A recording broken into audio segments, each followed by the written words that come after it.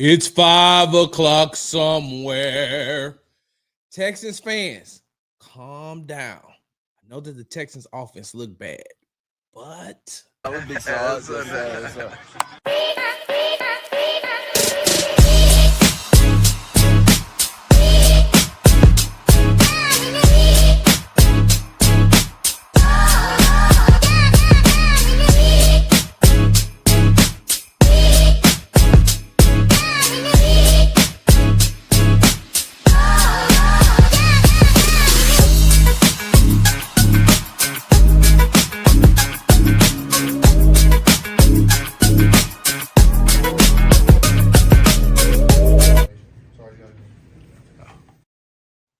hey, what's going on, y'all? You're tuned into the Texans Happy Hour, sponsored by the Hall Family Estates. They say you can't buy happiness, but you can buy wine, and that's the closest thing to it. Make sure you go to www.hallfamilyestates.com. Okay, Sarge, what is going on here? Let's get this thing together. Get this thing together. Hold on one second, y'all. There we go. All right. Why are we looking like that, though? All right, I'm getting this thing together. It's been a minute. It has been a minute. Everyone a bell on about the What's going on, y'all? You're tuned into the Texans Happy Hour, sponsored by the Hall Family Estates. I'm your host, Big Sarge. Make sure you follow me on the app formerly known as Twitter at Big Sarge Sports with a Z at the end. Follow me on the Tick and the Talk at Big Sarge Media. Make sure you subscribe to the Texans Tailgate Talk podcast and YouTube channel, all one word, Texans Tailgate Talk. Make sure you follow me on Instagram at Big Sarge Sports with a Z at the end. Hold up. Because, you know, we do everything for the gram. And make sure you go to www.bigsargemedia.com and read my exclusive article on Nico Collins giving back to his hometown. And hold up, wait for it. So a funny thing happened along the way, right? Okay, so I know that some of you all have been wondering, hey, Sarge, where you been? Sarge? Where you been? And for those of you all who truly know me, for those of you all who have been supporting me over the 9 years that I have been covering the Houston Texans, you know that there's a certain time, well, over the last 8 years at least, you know that 7, 8 years.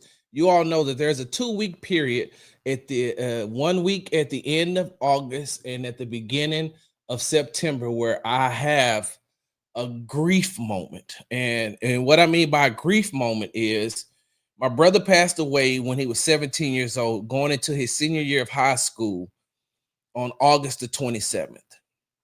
My mom, who passed away on my brother's birthday, My brother who passed away, his birthday is December the 14th. My mom passed away December the 14th, 2018. And her birthday is on the 3rd.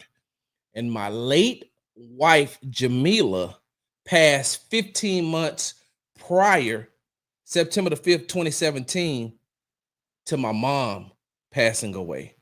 And so from the 27th through like the 6th of September, there's this grieving process that I go through that it just grabs me. It grabs me to the point where, like, I haven't been able to eat the right way. I haven't been able to, I got anxiety. My stomach started messing up. I'm talking about, like, there was a lot of stuff that I went through over that 2-week period. And so for those of y'all who know me, you know that I didn't just go ghost on you all. You all helped me out a whole lot, but I don't like to trauma dump onto you all. So what's going on, Texans 6282? I don't like to trauma dump on you all. So that means that I take that time to make sure that I have myself together before I come back to you all to make sure that everything is going the right way. But it's funny because on September the 5th, right? September the 5th, last week, which is the day that my late wife, had passed away 8 years prior, I was offered an opportunity from a young man who I had talked to, I want to say last year sometime, who, when he was with his previous platform, was trying to get me to do some Rockets coverage, but it just didn't work itself out. So he hit me up. I want to say maybe September the 4th and said, "Hey, Sarge, are you still covering the Texans?" I said, "Why, yes, I am." And he offered me an opportunity. And so after discussing it with my wife and laying out all the parameters and the things that would be required in order to fulfill the position, I accepted. So September the 5th, which is a day I was supposed to be grieving, I was blessed with an opportunity to be a part of the roundtable.io. And what that is roundtable.io. And I'm going to put the link in my bio here pretty soon. But what the roundtable is, the roundtable in their sports division, they have different communities. So there's a AFC South community, and then within that AFC South community, you have the individual teams. And so we know that there's the Texans, there's the Indianapolis Colts. Give me a second. For some reason, my camera doesn't look right. What am I doing? Here we go. Okay, so there's the Houston Texans, they have a community, the Indianapolis Colts have a community, and the Jacksonville Jaguars have a community, and the Tennessee Titans have a community. And so, why does it look so? What is wrong? Let me see something. Y'all give me a second. 1 second. Give me 1 second. I know exactly what's going on. Give me 1 second.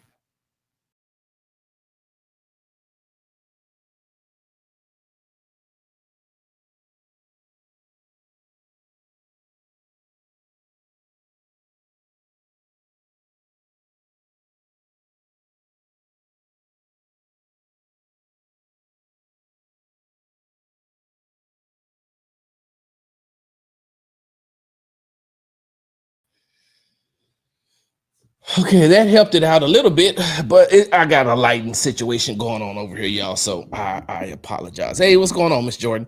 So like I was saying, on September the 5th, I was blessed with the an opportunity to um lead the Texans community on the roundtable, and that's what I've been doing. And so if you go over to roundtable.io, and I'm going to put it up here pretty soon, but you go to roundtable.io slash Texans, there's a Houston Texans community, right? There's a Houston Texans community. So just like I have the Texans Tailgate Talk Show for you all, the Texans Happy Hour, the Texans Tailgate Podcast and the Texans Happy Hour, and I have something specifically designed for you all, they do as well. And so while I will still be doing the Texas Tailgate Talk podcast, while I'll still be doing the Texans happy hour, while I'll still be writing articles on bigsargemedia.com, I am solely committed to giving you Texans fans more content. So this is more content that you're going to have, different content that you'll have. So now you have, and I told you all, I've been telling you all for a very long time that I'm one of the best to do this in the city of Houston, right? The city of Houston and surrounding areas. I'm one of the best to do this. And God dang it, Brian, I think this is the issue and the problem. Okay, one more second, y'all.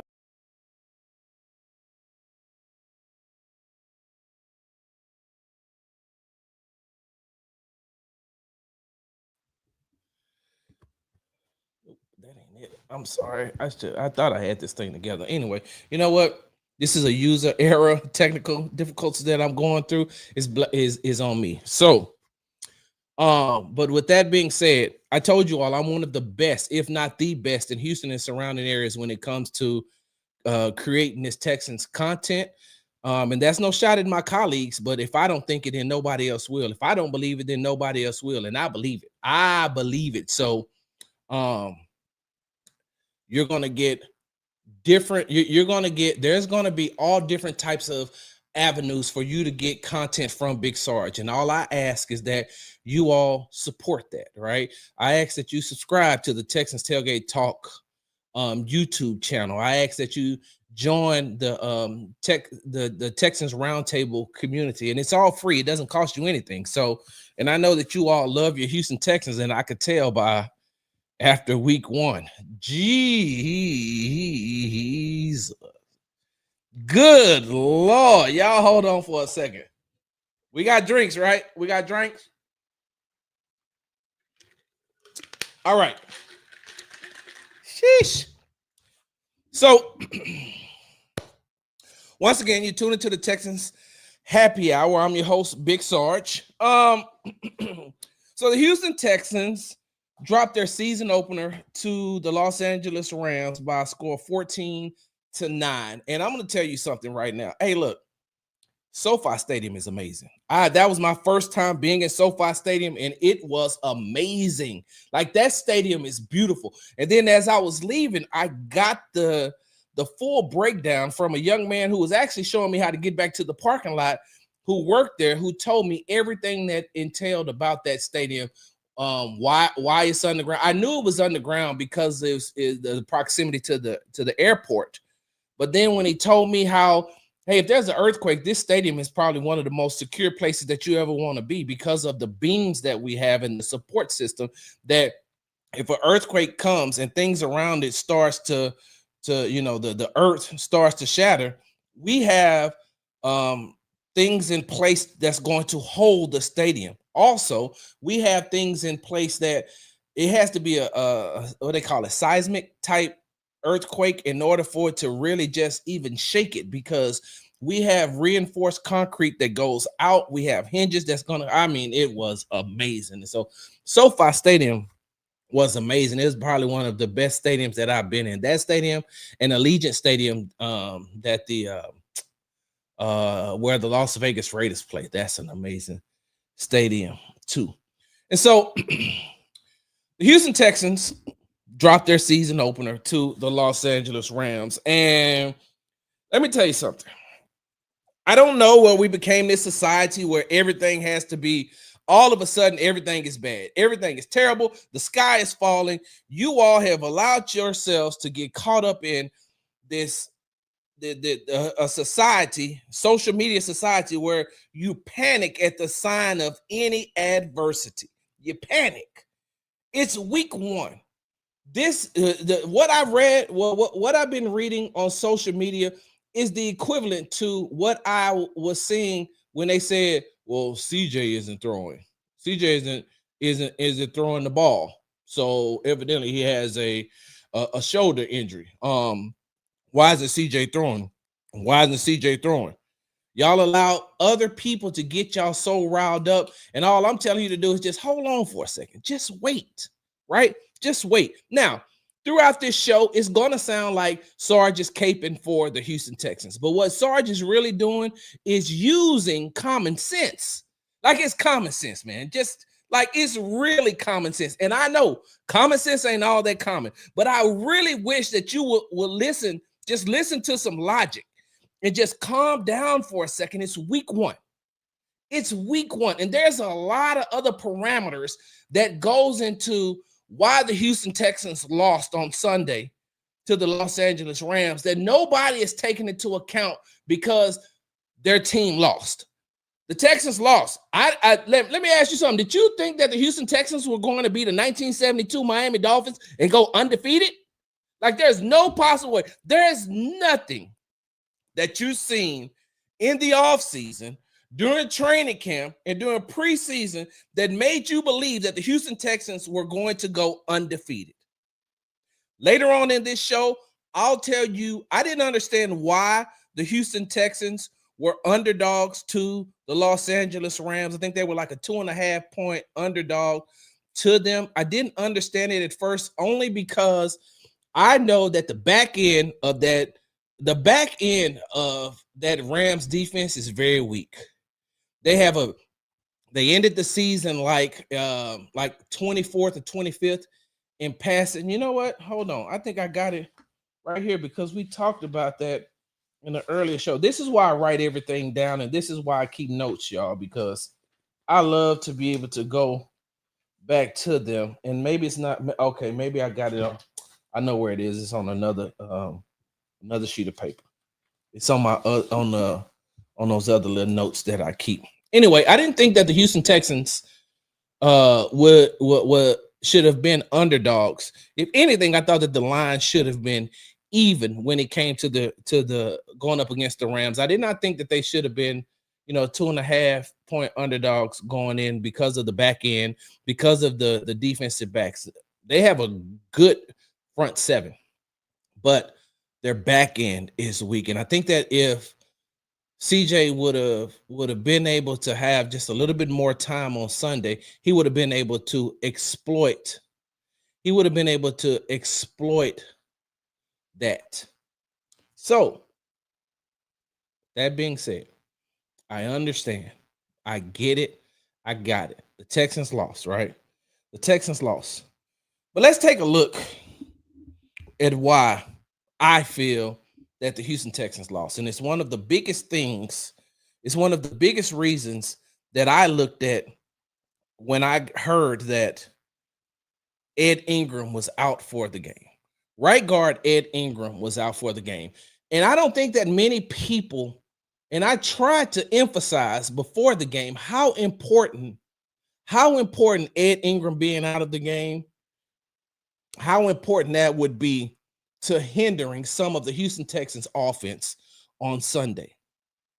And the reason why is because when we were in Greenbrier, there had to be like the second day when we were in Greenbrier in West Virginia, Cam Robinson went down. Prior to Cam Robinson going down, that Texans defense was having a field day. That Texans front seven was having a field day against the Houston Texans offense.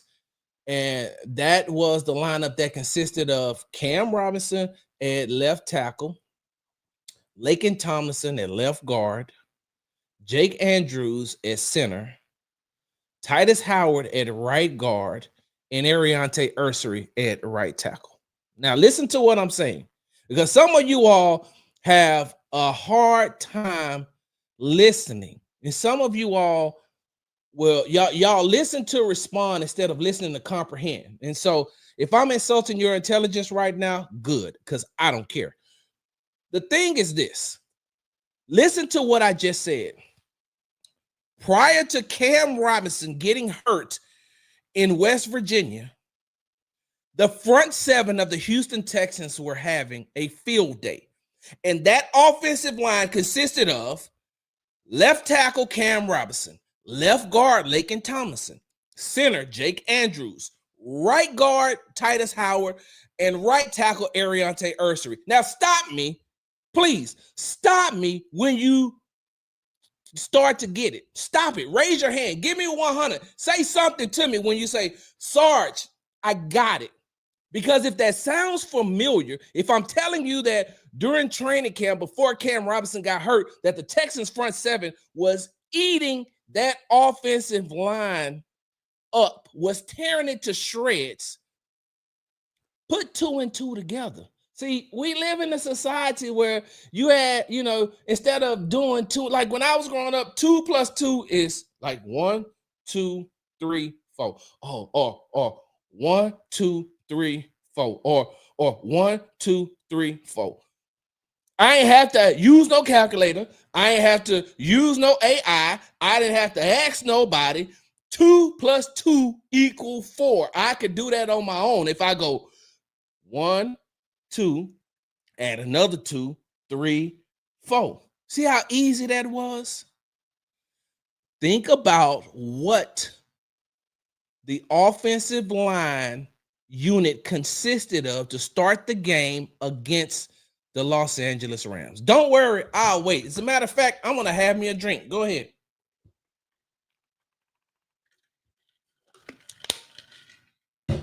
You hear what I'm saying? When Cam Robinson went down in training camp and the offensive line had to adjust Ariante Ursery went to the left tackle position. Laken Tomlinson stayed at left guard. Jake Andrews stayed at center. Ed Ingram went to right guard. And Titus Howard went to his natural position of right tackle. Do you know what happened from that point on? Do you know what happened from the time Cam Robinson went down throughout training camp, throughout preseason? You know what happened? That offensive line started to look better. CJ started to be protected a little bit more. And you could just tell that they were starting to gel. They were able to slow that front seven. And if they can slow their front seven down with that offensive line, then they're ready to take on pretty much everybody else. Not saying that they're going to be successful against everybody else, but by the same token, at least you give CJ a better chance, right? At least you give CJ a better chance. Ariante Ursery is a natural left tackle. Titus Howard is a natural right tackle. I got it written down right here. You know what happened? And this is going to be sad to say, and some of y'all are going to get, mad at me. Don't worry about it. Hit me up. Go to the app formerly known as Twitter, Big Sarge Sports with the Z at the end. Drop the DM in there. Or if you're watching me live on TikTok or on or through YouTube or Twitter, hey, just drop it in the comments. Then we could talk. Drop it in the chat. We'll talk about it. This is the second time. This is the second time that I've seen Texans head coach DeMeco Ryans panic. This is the second time that I've seen Texans head coach DeMeco Ryans panic. Now, I'm not like some of these other dweebs out there. I'm not like some of these other idiots out there that is calling for DeMeco Ryans to be fired or replaced or even be on the hot seat. I'm not. I think that DeMeco Ryans is one hell of a coach.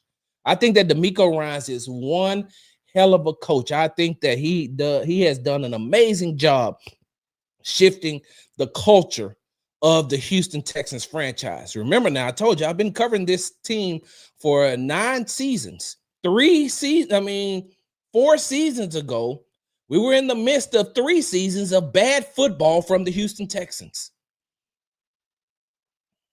Yeah. Covered the team through those 3 years of frustration, those David Culley years, that Lovie Smith year, that Bill O'Brien getting fired, and next thing you know, you're bringing in different coaches. Romeo Crennel is coaching. The offense looked bad.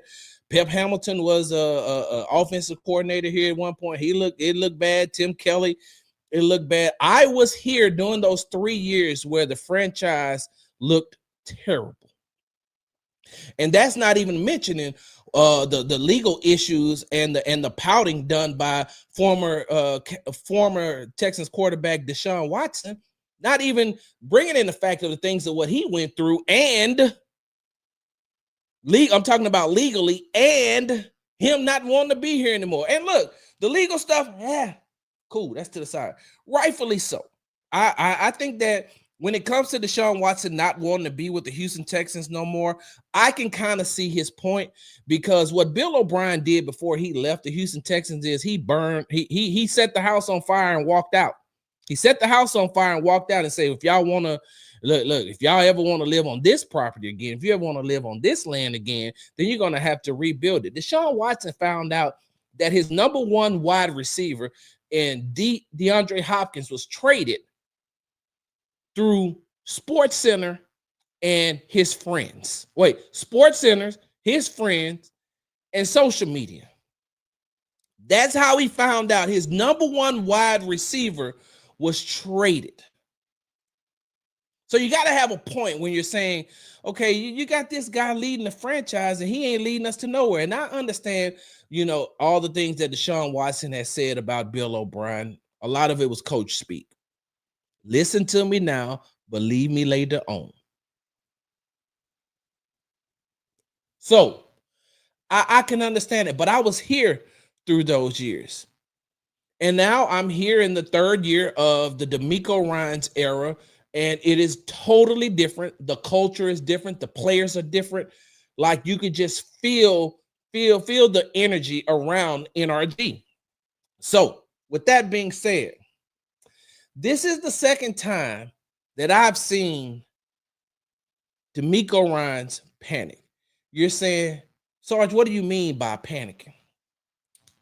Look, I don't know, to the people that's new here, just bear with me for a second because I like to do this thing, that I've been doing ever since I've been in the media, since I've had my own radio shows, since I've been doing podcasts, and I like to go back down memory lane, right? So, and God dang it, I can't remember who sings the song. I gotta write this down again. But anyway, the lyrics of the song goes, I stumbled across a photograph. It kind of made me laugh. It took me way back down memory lane. I was gonna sing that, but my voice ain't working with me right now. In order to be woo, woo, woo, I could be Big Luther. How a chair is still a chair, even when there's no one sitting there. Okay, I ain't gonna do that. But anyway, like I said, let me take you back down memory lane. Against the Kansas City Chiefs in the divisional playoffs last year. Right guard Shaq. Oh, thank you so much, Minnie Rippleton. Minnie Rippleton. Hey, D Skills, I sound good now. Hold on now. Don't make me have a drink and then hit that. A chair is still a chair, but a room is not a house, and a house is not a home when there's no one there to turn the key. Seeing that you're still in. Look, man, now see, these skills leave me alone. I ain't trying to become Big Luther on this show. I'm doing a show. Okay, I am doing a show. But let me take you back down memory lane. Last season in the divisional playoffs, Shaq Mason, who had been hurt in week 16 against the Chiefs, Shaq Mason had been out since week 16, so he missed 2 weeks. He missed the first playoff game, and in the divisional playoffs, they brought him back, right? They brought him back and they started him, even though Juice Scruggs was doing a hell of a job at that right guard position. They brought back Shaq Mason, and it was by far one of the worst games Shaq Mason had ever played since he was with the Houston Texans. He looked terrible in that game, which made me and others wonder, why would you do that? If having Juice Scruggs in that lineup got you this far, why switch up now? And I think that one of the things that hampers Coach Ryans is loyalty to veterans. I think that his loyalty to veterans sometimes clouds the judgment. Now, listen, I've never played in the NFL. I've never coached in the NFL. So this is just Big Sarge's opinion. Don't, you can take it with a grain of salt. But there was no way that I believe that Shaq Mason should have played in that game against the Kansas City Chiefs, especially when Juice Scruggs had done such a great job of filling in that position. Shaq had been out for a long time, and even when Shaq Mason was healthy, he wasn't playing the best. You could tell that age had caught up to him. He wasn't the Super Bowl champion Shaq Mason, offensive lineman, when he played with the New England Patriots. He had gotten a little bit older, a little bit longer in the tooth, and so, no. Why would you bring him back? And if it ain't broke, don't fix it. If it ain't broke, don't fix it. Juice Scruggs being in that spot was exactly what you should have went down with. If you're going to go down with consistency of what you've had the last couple of weeks. Don't mess it up by throwing Shaq Mason back in there. If you're going to lose with Juice Scruggs right there. So, fast forward. Remember now, that was the last game that the Houston Texans played That was the last game that the Houston Texans played in to end their 2024 season. To begin their 2025 season, they started out with an injury to their starting right guard. And instead of sticking with what you got there, and it's crazy because we're about to talk about the same player again. Instead of sticking Juice Scruggs in that spot and allowing Titus Howard to be able to help him, allowing Titus Howard to be able to help him, something that he was used to doing. I mean, something that he had already done by helping, the right guards, because like we said, he's a natural right tackle. So instead of just inserting Juice Scruggs into the lineup and keeping Ariante at the left side and keeping Titus at the right side, the Houston Texans panicked and they switched the whole offensive line around. They switched the offensive line around to pre-Greenbrier. And now look what you have. You put Ariante Ursery at the right tackle, a position he ain't practiced in over a month. Something that he's a rookie. He's never played that position. And I know that the saying is you want the rookies to be ready. I understand that. But you also got to give them some opportunity to practice at that position. So now you put him at the right tackle position, a position he has not practiced at in over a month. And then you put Titus Howard at right guard, a position he's never played on the NFL level and something that he has not practiced in over a month. And then you stick Cam Robinson back at the left tackle position, a position that he had not practiced with the first unit in over a month. So now you got three different players playing in three different players, two playing in different spots, one who hasn't practiced with the first team since in over a month ago. And you get what you got on yesterday. You get what you got on Sunday. Whereas, hey, let's leave Ariante where he is. He's gotten comfortable and gotten used to that. And we're going to see if things don't work out, then we'll make the changes. But let's leave Ariante where he is on the left side. We know what we're getting from Titus Howard at the right tackle position.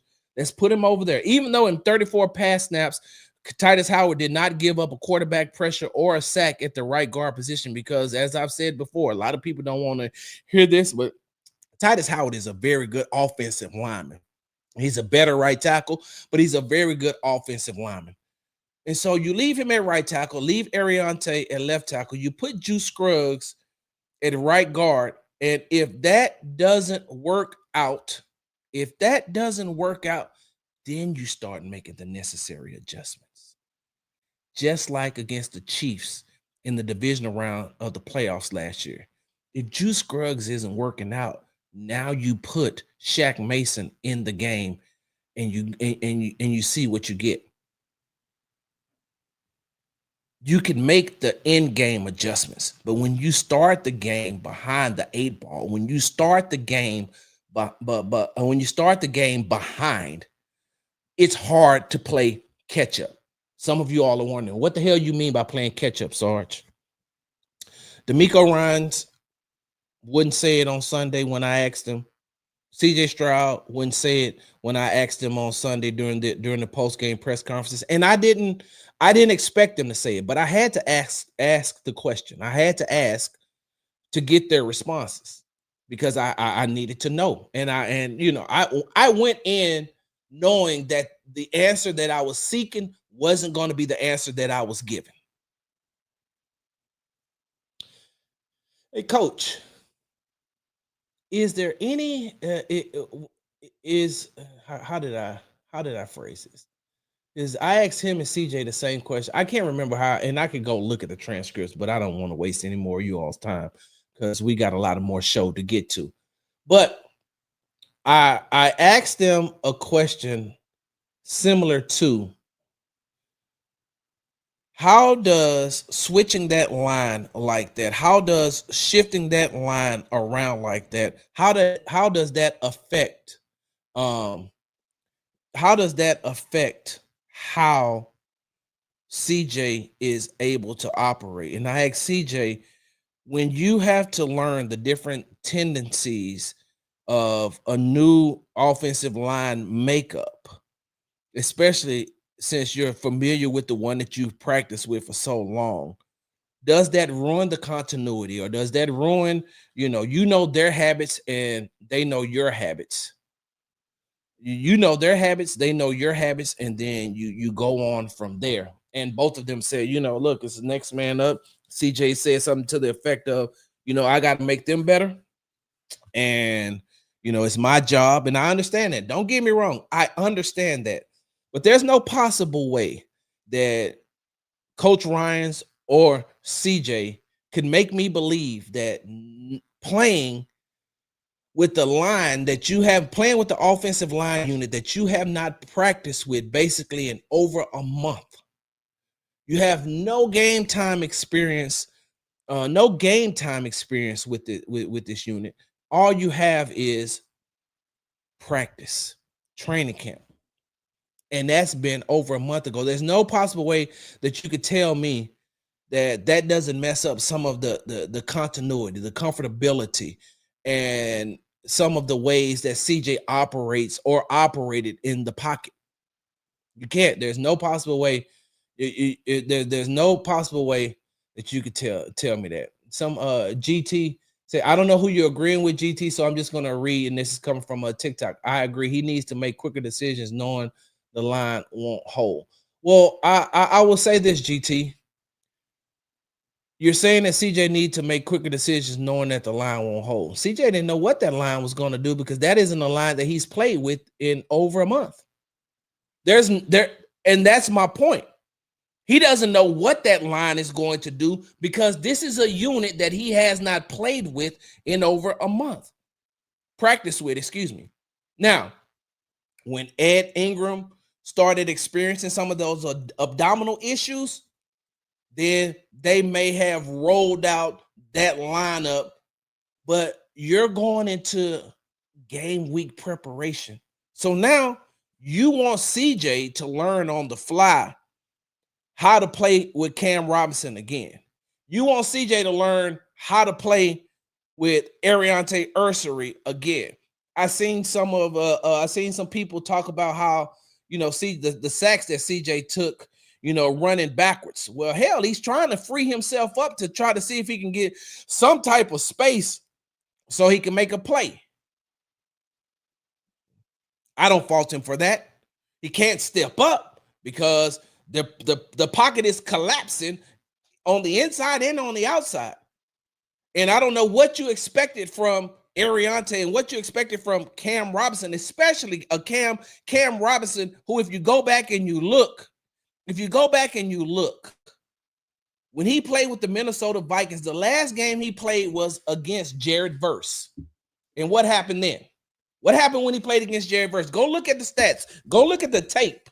You ain't got to look at the stats. Go look at the tape. And so now that's you're rolling back out there. And then you lose Jake Andrews. So now CJ's used to playing with Jared Patterson because he's played with him before. But now you're rolling, he gets hurt. Cam Robinson goes down for a second. Now you move Ariante from the right tackle to the left tackle, and then you put Blake Fisher in there, and Byron Young put Blake Fisher on skates so bad that Blake Fisher had to grab his face mask. Go back and look at that play. He put Blake Fisher on skates so bad, pushed him into CJ so bad that Blake Fisher got a face mask call because he was trying to get him up off of him. Get up off me, man. Get up off me. Get up off me. But I do believe that started with D'Amico and that coaching staff panicking. I do believe that. I do believe that they panicked. Some of the comments in this live was filtered to protect the community's experience. I I get that. I definitely understand that. Appreciate your TikTok family. That's probably why some of the people left, because they couldn't cuss me out. So like I said, I do believe that they panicked, and by them panicking, they put CJ in a bad situation. Not only did they put CJ in a bad situation, now you're putting your first year offensive play caller in a bad situation. It's bad enough that he is, having to redesign plays, knowing that he doesn't have Christian Kirk or Braxton Berrios, his two seasoned slot receivers. Both of them are out, not just one, both of them are out. So now you're trying to put players like Xavier Hutchinson in the slot, and you're putting Ricky Noel in the slot, and so you're trying to find a mismatch. And I do believe that the game would have been a little bit different. I think the game would have been a little bit different if they would have at least had Christian Kirk out there, at least Christian Kirk, because that adds another seasoned veteran, seasoned wide receiver to the mix, and he would have been able to help alleviate some of that pressure off of CJ, I believe, by getting in the right spots, settling down, and allowing CJ to get the ball out of his hands quicker. But they put CJ in a bad situation by panicking, by reshuffling the offensive line like that. Like I said, and it's just week one. So hey, look, it's week one. You're not going to win them all. And if you're going to lose anyway, let's go down with what we're familiar with. We know that we know without a shadow of a doubt that Ariante and Titus, being in their natural positions, can hold up long enough for CJ to be able to do what he needs to do, while they deal with that interior pressure. That's just one of the things, that's one of the things that that I noticed and I observed, especially from, like I said, from the beginning of the game. I said this is going to be a difficult game for CJ, because he's playing with familiar players in unfamiliar positions.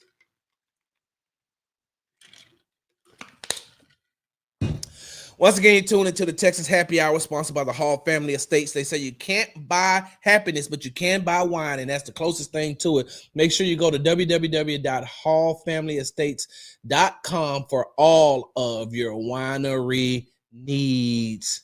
Was CJ able to change the place at the line? We did a terrible job at picking up the blitz once again. Yeah, CJ is allowed to change the plays at the line. The problem is, the problem is that when he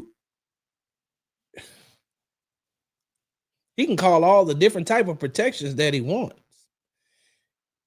If the people can't protect them, then what are you supposed to do?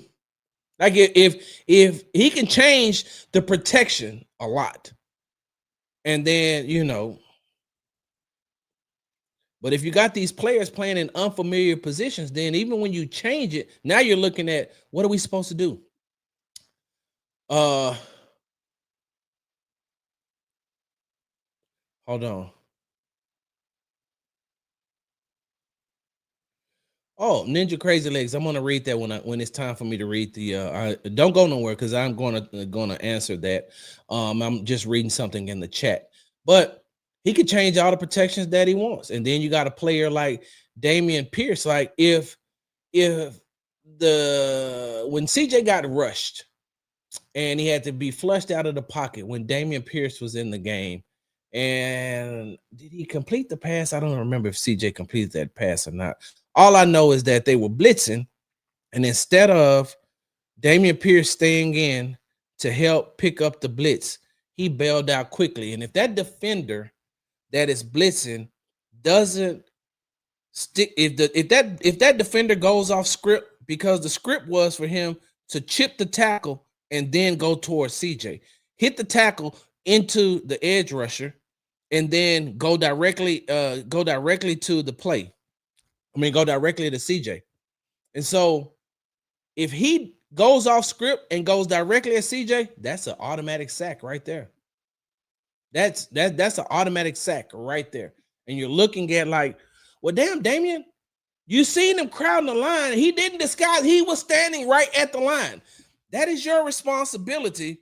Hey, man. Hey, you're look. I know you're supposed to be the hot route, but now I'm gonna need you to stay in and block. It's week 1. They're working out the kinks. They'll get it together. Which leads me to my next point. So I'm writing an article that will be up on Tuesday morning. I wrote an article on Sundays talking about the Nick Caley era beginning, and I'm gonna write an article. I'm writing an article for Tuesday that says, well, you'll see it, and it's gonna talk about Nick Caley and the job that he did, because there's too many people. There's too many people watching, and I don't want them to steal my content. But just know that Tuesday, go to go to the Texans Roundtable, and there will be an article about Nick Caley's offensive play calling on Sunday, and I'm going to tell you how it's familiar to somebody else that you all are used to. So we're going to talk about that in just a second. But my next point that I wanted to make real quickly was Nick Caley is getting a lot of heat for the offensive production of the Houston Texans. Rightfully so, he's the play caller. I told you all on numerous occasions that the one thing that's going to hamper Nick Caley, the one thing that's going to stick with him throughout this entire year, right, is that there is no excuses. What's up, Alexis? There won't be any excuses for him, because former offensive coordinator Bobby Slowick has used up all the first-time play calling excuses. For 2 years, or for his first year, and even in some of his second year, he used up all the excuses. And so now Texans fans want results. If the roles would have been reversed and Nick Caley would have gotten hired first and then Bobby Slowick, it would have been the exact same thing. But what the Houston Texans fans have seen is that, okay, so this is what we got from Bobby Slowick's offense. So we got 2 AFC South championships. We got 2 wild card playoff wins. We got 2 consecutive trips to the divisional round of the playoffs. We want more. We want more.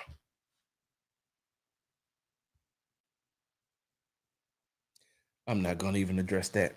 We want more. That's what the Houston Texans fans are saying. So now, even starting with game 1, there's no way that Nick Caley can lean on, well, I'm a first-time play caller, because the fans aren't going to want to hear that, because the fans are like, we'll give you this much leeway. We gave Bobby this much. We're going to give you this much. But we've heard this before. We've heard before on first-time play callers. Not going to happen. Not going to happen. Sorry, Nick. Sorry. You've been in the Patriot system. You've been in the Ram system. You've been around Sean McVay. We can't give it to you. And we already gave everything to Bobby. We gave Bobby all of the excuses that we were going to give for a first-time play caller, and we can't just do that anymore. We can't. We want more. And I'm talking about, this is what the Houston Texans fans are saying, right? Not Sarge. What the Houston Texans fans are saying, we want more, we want more, give us more, give us more.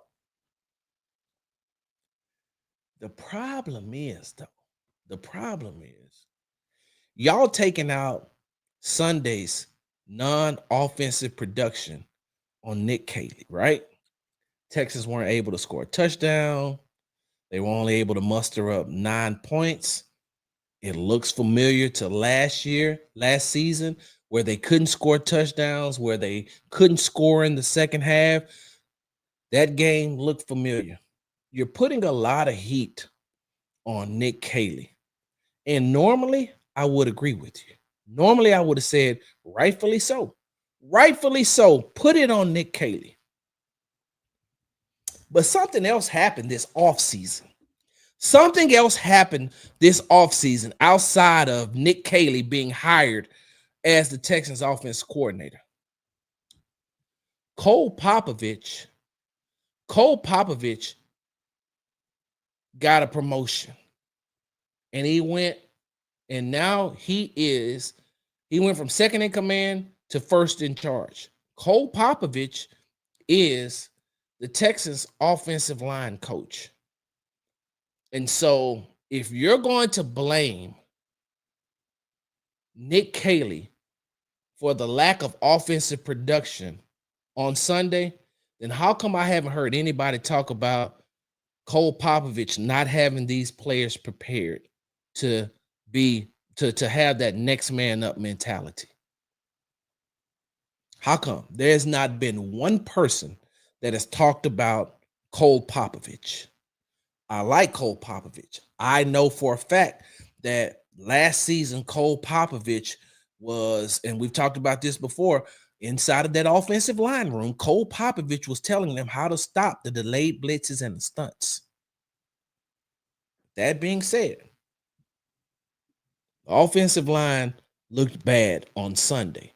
Why isn't anybody putting any heat on Cole Popovich?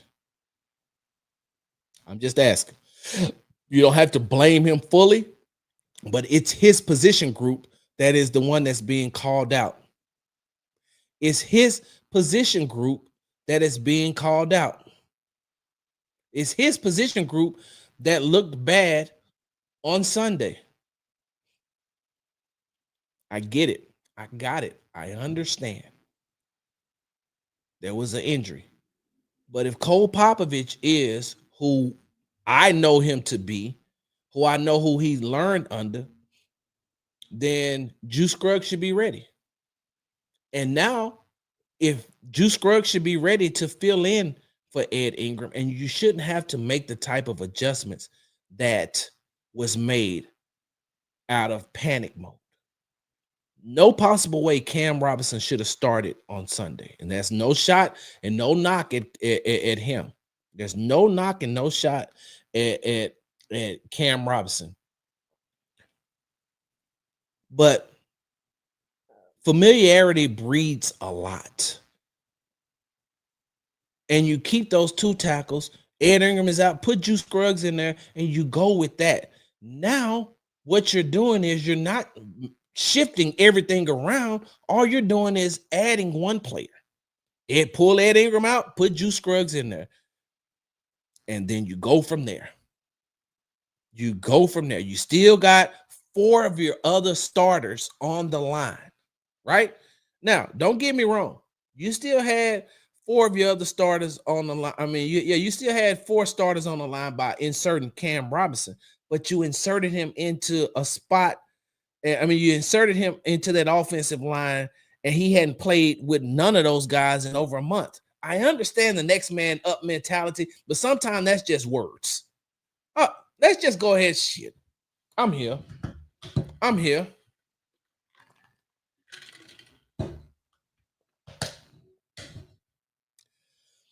Sometimes that next man up mentality, that next man up saying is bullshit.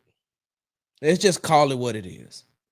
Sometimes the next man up ain't prepared to be the next man up. I got that part. Don't let me see it. Don't say it. Let me see it. Let me see that he don't just say, well, you know, the next man up, right? Okay, so if the next man up, then Juice Scruggs should have been the next man up. But you panicked. You panicked. And now look. Now, not only is Cole Popovich not being mentioned, there's another person that should be mentioned and be getting some sort of mention in what you've seen on Sunday from that Texans offense. General Manager and Executive Vice President Nick Caserio. I have the utmost respect for Nick Caserio. He's done a great job in working with DeMeco Ryans to help build this team back to where it is, to build this team back up to where it came from. But by the same token, right? By the same token, he went out and got Trent Brown.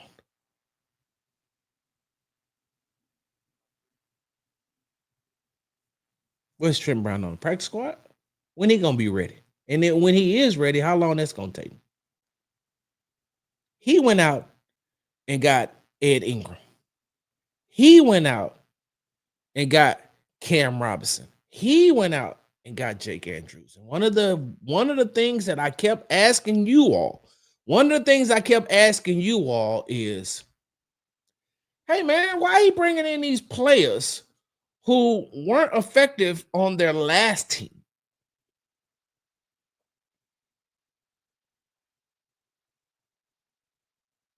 Go and do your research on what happened as the season went on after the Minnesota Vikings acquired Cam Robinson.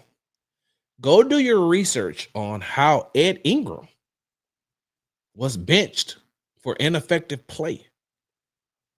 Hell, I didn't even know who Jake Andrews was. Trent Brown, how long Trent Brown been in the league? Hell, with that being said, how long has Laken Tomlinson been in the league?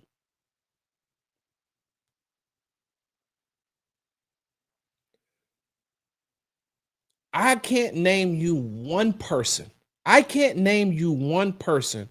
Who looked at the Texans offseason acquisitions as far as bringing in offensive line, rebuilding that offensive line, which last season statistically was the worst in the NFL. I can't name you. There's not one person that I can name you that said that gives Nick Caserio a thumbs up or a hand clap or a high five or a 100 or a praise for his offseason acquisitions of offensive linemen. And that's terrible. And the reason why it's terrible is because you have a franchise quarterback. You have a franchise quarterback. CJ Stroud, I don't give a damn what nobody else tell you. I've watched this young man. This young man is a franchise quarterback. You just got to at least give him some time. At least give him some time. But there's nothing that I seen as far as offensive linemen that and look, and like I said, this is no shot at none of those guys. They're in the NFL. There's some place that I couldn't. That's why you notice I'm not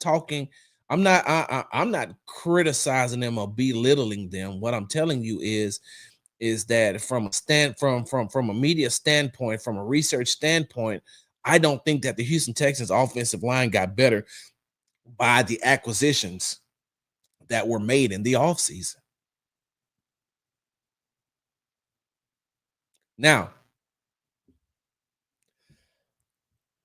I'm gonna put this up, y'all. Alexis, TikTok family. Alexis asked a great question, and you know what, Alexis? I got it right here on my paper. I got it right here on my paper, so you can look. I ain't gonna show you everything, but it's right there. It's right there.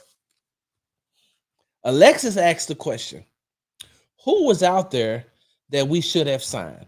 Who was out there that the Houston Texans could have signed? George Fant.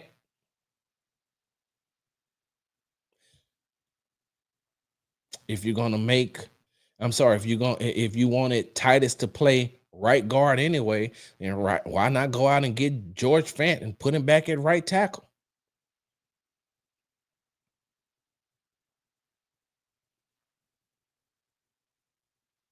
George Fant was a very, very good right tackle for the Houston Texans. Now, I don't know. I'm not finna lie to y'all. Let me take that back. Because I ain't finna lie. And that's because I was just in the rhythm of talking. I ain't finna lie to y'all. I do know what happened. I do know what happened between George Fant and management. I do know what happened with George Fant and this organization. I do. I know. I know exactly what happened. And so what I wish could have happened is that bygones be bygones and you do what's best for the team. Like I'll never forget. I was listening to David Mulugeta, the super agent, the super NFL agent, and they were asking him questions about will he ever do business again with Jerry Jones from the Dallas Cowboys because of the way that the Micah Parsons trade played out. Right? Would he ever do business with him again? And he said, "Yeah, it's just business. It ain't personal. I don't have anything personal against Jerry Jones. It's just business." And I wish that in that situation, if you're going to make him a right guard, if you're going to make Titus a right guard, then why not re-sign George Fant instead of trying to do all this mixing and this matching and making this happen and making should have just brought back George Fant. I got that right here in my notes. Now, we talked about the offense. We talked about how I felt like the Texans panicked after the Ed Ingram injury. I felt we talked about how I think that Nick Caley deserves some of the blame for Sunday's loss, but he shouldn't take all the blame. I think that some of the blame should go towards Cole Popovich, and I also think that some of the blame should go towards Nick Caserio, right? But at the end of the day, the Houston Texans had an opportunity to still win the game, right?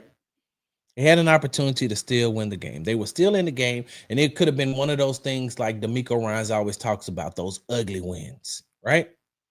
He talks about those ugly wins, and they were in a prime position to get that ugly win. And then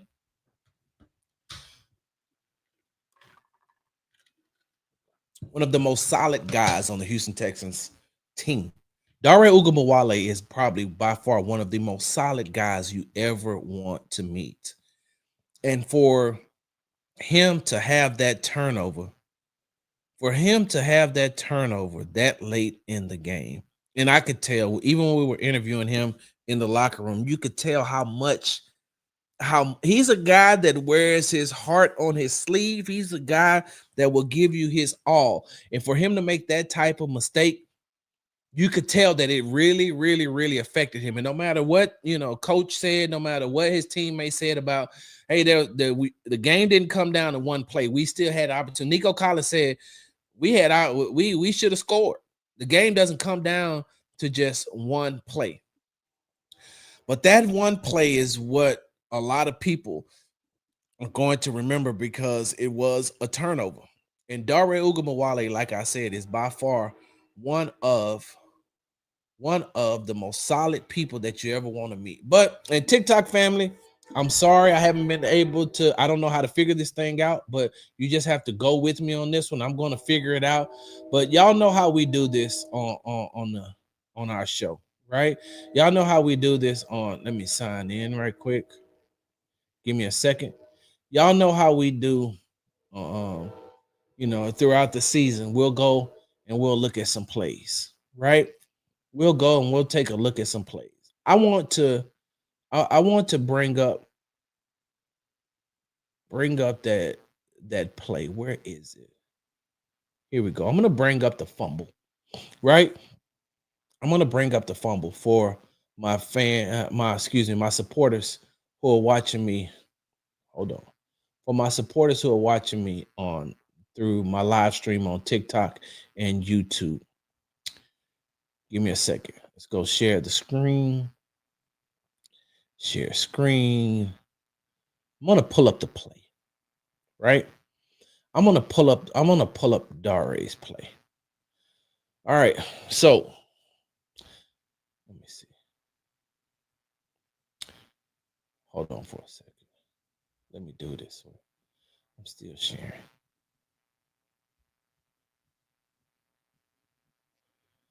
I want you all to see something. I was going to do it one way, but let me do it this way.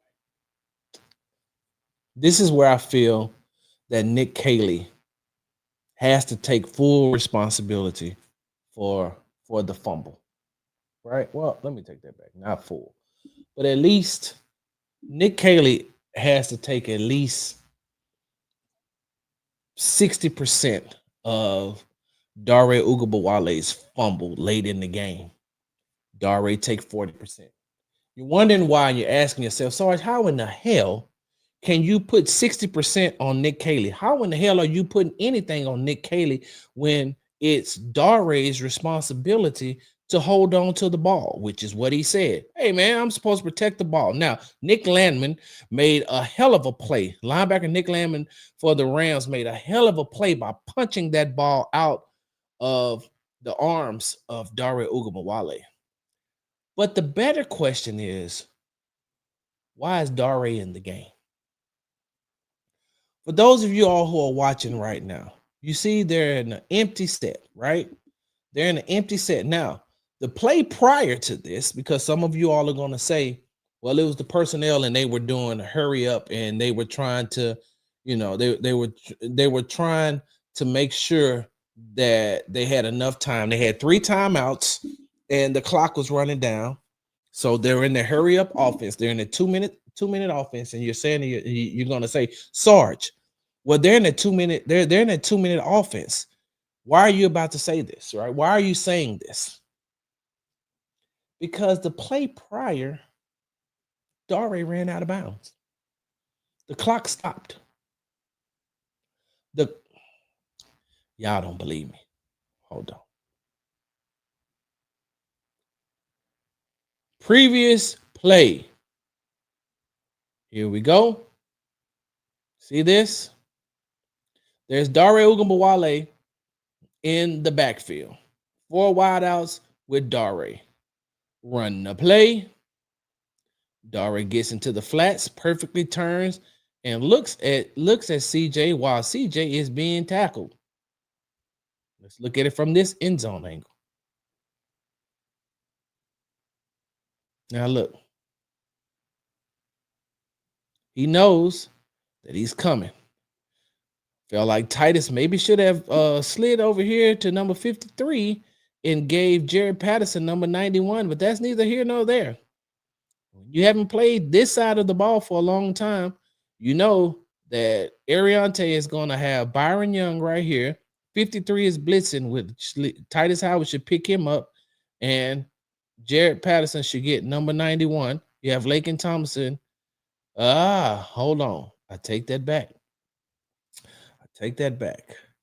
They were blitzing, of course, but it should have been better line protection up front. Here we go. See that? Bam. He's out in the flats, right? He's out in the flats. Let's look at it from this end zone angle. CJ's being pressured, gets the ball out of his hands. Let's go back to the sidelines. CJ's being pressured, gets the ball out of his hands because the guy who's responsible for holding Dare is blitzing, and the second person who's supposed to hold him can't get down fast enough. Now, watch what happens at the end of this play.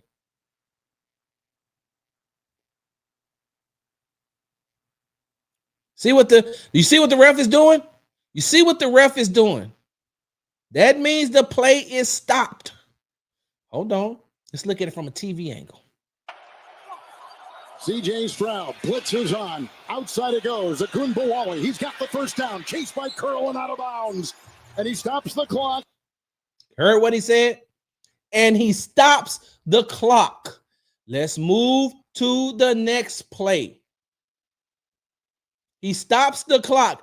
Why in the hell is Dare still on the field? Why in the hell is Dare still on the field?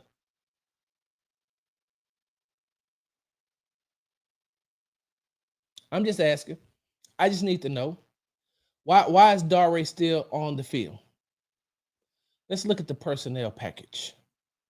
Let's look and see who was in the game. So, you got Nico on the outside. Then you got Xavier Hutchinson next to him. And then you have Jalen Noel in the game. You got Dalton Schultz in the game. Why isn't Jaden Higgins on the opposite side? That's why I said 60% has to go to Nick Caley and 40% has to go to Dare because he's the one that fumbled the ball. He's the one that fumbled the ball. Look at the personnel. Look at the personnel. You drafted Jaden Higgins. And okay, so you want Dare in there because you trust Dare more. Then how are you ever going to build trust for your young wide receiver if you don't put him in situations like this? Put him in there. Put him in there. For no other reason to just have another big body in there. For another big body. And I'm not saying that the results wouldn't have been the same. The results could have been the same. He could have still fumbled. Jaden Higgins could have fumbled as well. But Dare is a running back. And you have him in a wide out position. You have him at a wide out position when you have a wide out that is on the sidelines.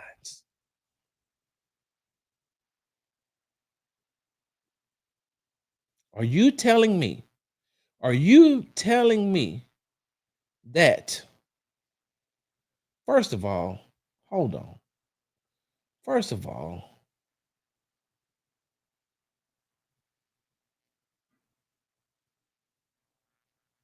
why didn't Dalton sit down right here on the 20? Hindsight is 2020, y'all. I know I'm playing Monday morning quarterback. I'm sorry. I'm just asking. I know I've never been in the thick of things like this for CJ or for Dare or for Dalton, but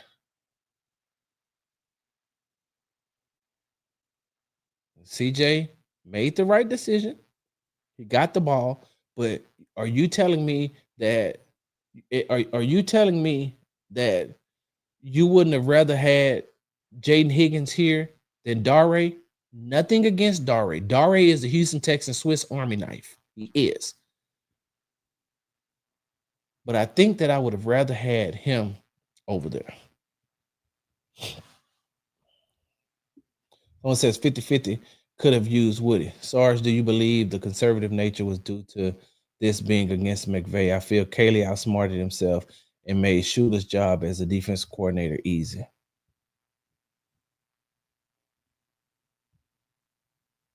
Who that sound like?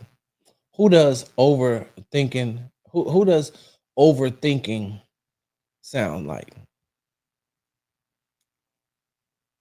Who does overthinking situations? Well, what that sound like? There's no way. Like I said, I have nothing against Dare Ugabawale. He's a stand-up guy. He does a lot for the Houston Texans. Hell, in 2023, after Kaimi Fairbairn got hurt at halftime against the Tampa Bay Buccaneers, who had to come in and be the who had to come in and be the kicker? Dare. He kicked the field goal too. So it's nothing against Dare Ugabawale. And like Nico said, hey man, football plays happen. And that was a great football play by the Rams defender to be able to punch that ball out of Dare's arms. So I'm not saying that wouldn't have happened if Jaden Higgins wouldn't have been in the game, but I would rather seen Jaden Higgins in the game than Dare Ugabawale. Is he a running back that can catch? Yes, he can. He's a great third down back for them. And he will be a great third down back until Woody Marks can learn the offensive system and get himself really up to game speed as far as playing in the NFL. Because once that happens, Woody Marks is going to Woody Marks is the next Houston Texans running back in waiting. It is what it is. I've told you all this before, that if Joe Mixon doesn't come back, I could see Woody Marks playing a lot more up to the point where he's a starter and Nick Chubb is backing him up. I could see that. I definitely could see that. I don't know how much longer Dameon Pierce has in this Houston Texans offense. I'm pretty sure he's going to get a lot more opportunities while Joe Mixon is out, but it's almost looks like he's playing himself out of a role, out of a position as far as getting running back touches, because he did not look very good in the run game. And, the Texans had a good run. The Texans look good in spurts. They look good in spurts when it came to the run game. I thought that Nick Chubb, did an adequate job and did what he was able to do. But going back, why is Dare Ogunbowale in the game? There's no possible way he should have been. If you're gonna go empty set like that, then put your um your rookie wide receiver out there and say, hey man, hey, we gotta throw you into the fire. That's the only way you're gonna learn.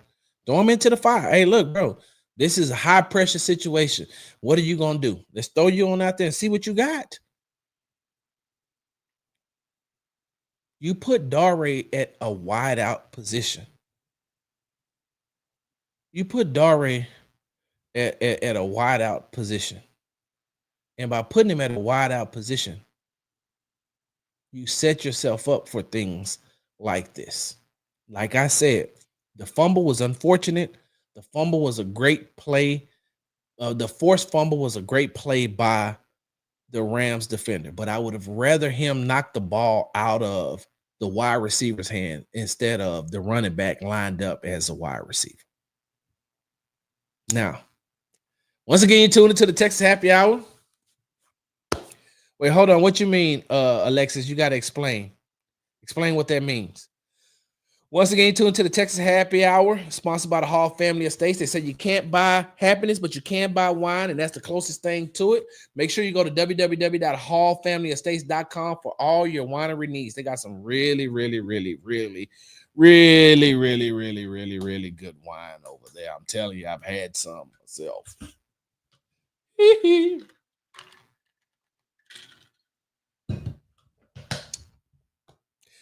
Let's go on the defense side of the ball before we get up out here. Before I start reading some of these, comments, let's go over to the defense side of the ball. Where I felt like DeMeco Ryans panicked on the offensive side of the ball, I honestly and truly believe that him and Matt Burke just got out-schemed by Sean McVay and Matthew Stafford. And there's nothing wrong with that. Let me make sure I say that clearly. There aren't too many people that can match wits with Sean McVay. I've told you all on this show on numerous occasions. I told you throughout the offseason leading up to this game. I told you the week before last leading up to this game. Sean McVay is the smartest head coach in the NFL right now.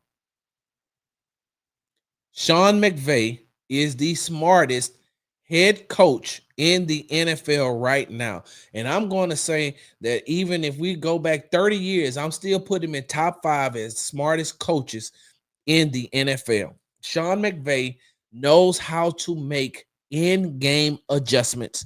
He knows how to adjust. And what him and Matthew Stafford did to that Texans defense on Sunday was they made the necessary adjustments. What I mean by made the necessary adjustments, the Texans defense played very well. There's not too many times that you're going to ask yourself, hey, man, if the defense only gives up 14 points, does that mean that the Texans still win the game? And you're going to say, yep. Exactly. If you look at it, you say the defense only going to give up 14 points. And the Houston Texans should still win that game, right? You're thinking to yourself, the Houston Texans should still win that game if the defense only gives up 14 points. And so I'm saying that the defense played very well on Sunday. They just got out-schemed by Sean McVay and Matthew Stafford. Let's take away Devontae Adams. Devontae Adams is a Hall of Famer. Derek Stingley Jr. did an amazing job, I felt, on Devontae Adams by not letting him get too loose. I think that the one pass, that back shoulder fade that they completed, if you go back and you look at it, Sting got pushed. Sting got pushed in the back. So there's no way he could turn around if Devontae Adams is pushing off. They didn't call that, and I'm not one of the ones being, oh, man, the refs cheated. Nope, I'm not saying that. I think that Stingley, even after the injury, which he says that he's doing okay, he said it's just football. That's what he said. I'm going to post that on my social media feeds. He said it was just football. That's all he said. It was just football. And so when you look at it, he did a great job of taking out Devontae Adams, which is what they knew he was going to do. They knew that he was going to be able to shut down Devontae Adams. What does that mean? That means that Puka Nacua was going to be on everybody else. That means that Puka Nacua was going to be able to kind of roam around free. Not so much against Kamari Lassiter, even though he had 2 targets, had 2 receptions for 37 yards against Kamari, right? You can live with that. You can live with giving up 2 catches for 37 yards to Puka Nacua. You can live with that. Where Sean McVay and where Matthew Stafford out-schemed D'Amico Ryans and Matt Burke, Jalen Petrie trying to hold Puka Nacua. CJ Gardner-Johnson trying to hold Puka Nacua. Puka Nacua ended the game, I think, with 130 yards, if I'm not mistaken. I'll look at it in just a second. 72 of those came against Jalen Petrie and CJ Gardner-Johnson. Let me look and see. Yeah. Hold on, give me a second. Yep. When he was in the slot, he was targeted 7 times for 6 receptions and for 78 yards. When he was wide, he had 3 targets, 3 receptions, 28 yards, and in the backfield, he had 1 target, 1 reception for 24 yards. And so, let me see. He had 51 yards after the catch. His expected yards after catch was supposed to be 32. Yards after catch over expected was 19. So, what Sean McVay and what Matthew Stafford realized is that we know that CJ Gardner-Johnson can't hold Puka Nacua. And I have the utmost respect for CJ Gardner-Johnson. I think he's a dog. But covering Puka Nacua is a very hard task for a safety like CJ Gardner-Johnson. That's a very hard task for a player like a Jalen Petrie, who we know is coming back off of injury. So that was his first official game back since he had injured himself last season. But that's still a very hard task for him.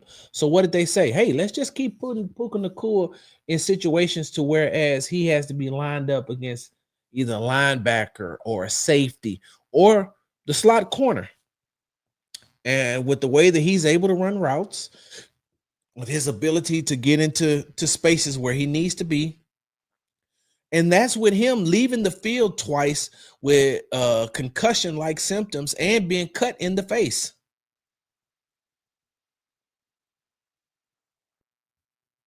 They out-schemed him.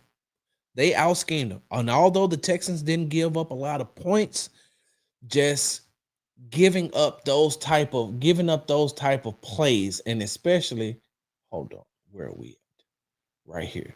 This is the one. Hold on, let me see if it's going to pull up. This is the thing that killed the Houston Texans. Where is it? Come on, Sarge. You got to find it. It has to be in here.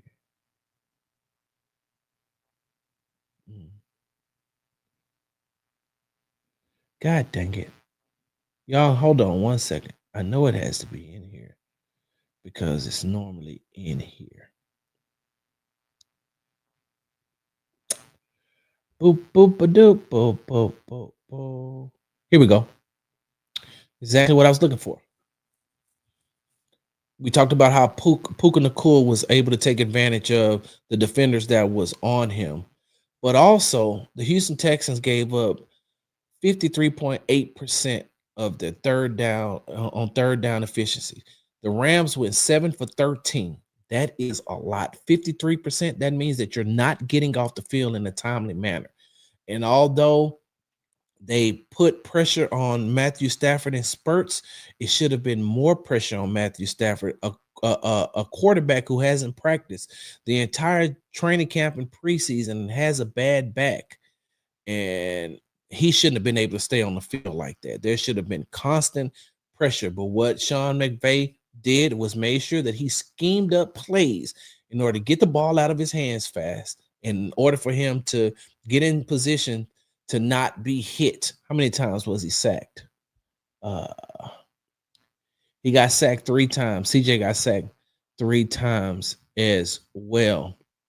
The Texans played 81.3% of zone coverage. You cannot play zone coverage like that against a veteran like Matthew Stafford and also a play caller like Sean McVay. You just can't, because all they're going to do is what they did.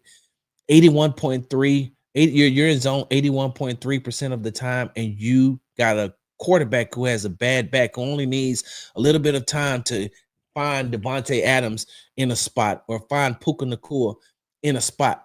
He's not trying to hit the home run plays every time. His back won't even allow him to really throw the ball downfield like that. But what he's doing is he's trying to pick out his spots. And so the Texans only played 6% of man coverage. 6% of man coverage. It's not going to win you any games when you can't get off the field.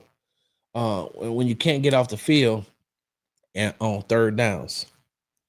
And so Sean McVay and Matthew Stafford, all you can do is tip your hat to them, because they did what everybody,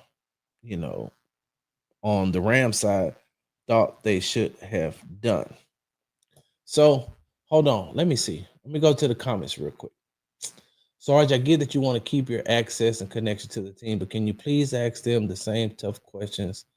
Like, why do we keep giving guys like Dare and Pierce chances after failure? So it has nothing to do with my access, nothing to do with the connection. What I've learned over my 9 years, and when I first came in with no experience, and I just had to learn. This where I'm at in year 9 is definitely where I was. It wasn't where I was in year 1. It wasn't where I was in year 2. It took me a while to start to figure and pick up. So I know you say it has nothing to do with my access or connection to the team. But if I ask the question that you want me to ask about Dare and about Pierce, they're not going to give me the answer that you want. I hope you don't take this the wrong way, but I'm telling you, they're not going to give me the answers that you want, because there has never been a time that D'Amico has ever thrown a player under the bus. Nick Caley, from the short time being around him, he's not going to throw a player under the bus. Whatever they do behind the scenes is what they do behind the scenes. But if I ask them a question, this question right here about keep giving Dare and Pierce chances after failure, they're going to give me the generic coach's answer. I'm telling you. And that's a waste of a question. Has nothing to do with access, has nothing to do with connection. What I try to do is to make sure that I try to ask questions that will, get the answers to some of the things that you all are thinking about. But just like I said earlier in the show, I asked Coach after the game and I asked CJ after the game about how much the continuity was messed up with the offensive line shift. I knew what they were going. I had an idea what they were going to say, but I also had a feeling that maybe they would have said just a little bit more. CJ more than Coach, but by the same token, both of them stuck to the same answer that I figured that I was going to get Anyway, so like I said, it's only week 1, but geez, they got the Tampa Bay Buccaneers coming in next week. I'm sorry, on Monday night. In a week, they'll be playing the Tampa Bay Buccaneers. So you go from playing Matthew Stafford to playing Baker Mayfield, who has the same, if not better, wide receivers in that system. Mike Evans is going to be a handful. Igbuke, I think that's his name. He's going to be a handful for that defense. And what the offense is going to have to get it together. The offense the offense cannot have another game like they had on Sunday.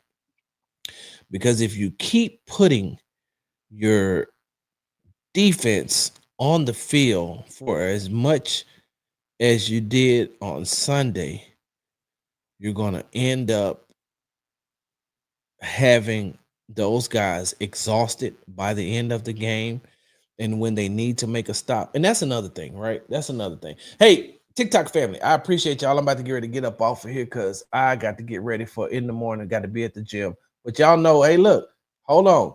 Hey, hold on. Y'all didn't think I was don't act like I didn't give y'all an exclusive yesterday from don't act like I didn't give y'all an exclusive from SoFi Stadium on Sunday. They didn't get this.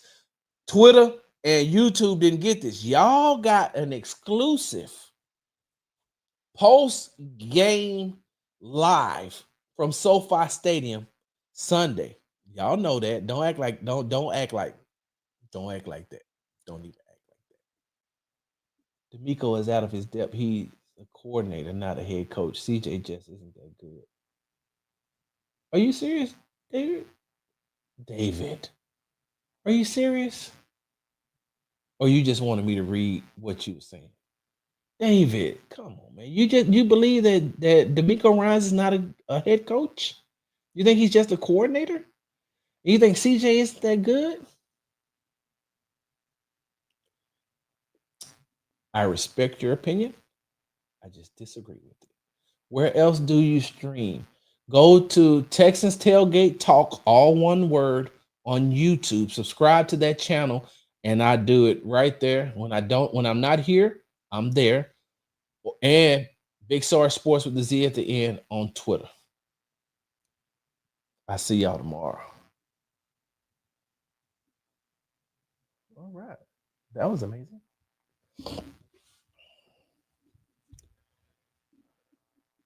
Wait, hold on.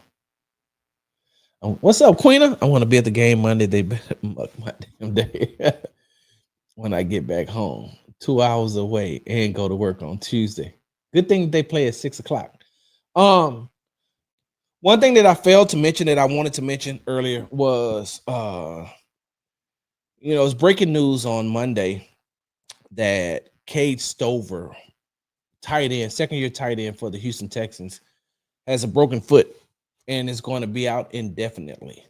So that leaves one tight end on the active roster right now, and I'm thinking that on Tuesday when the team comes back to the facility, they're going to elevate either Harrison Bryant or Ricky Luke Lachey.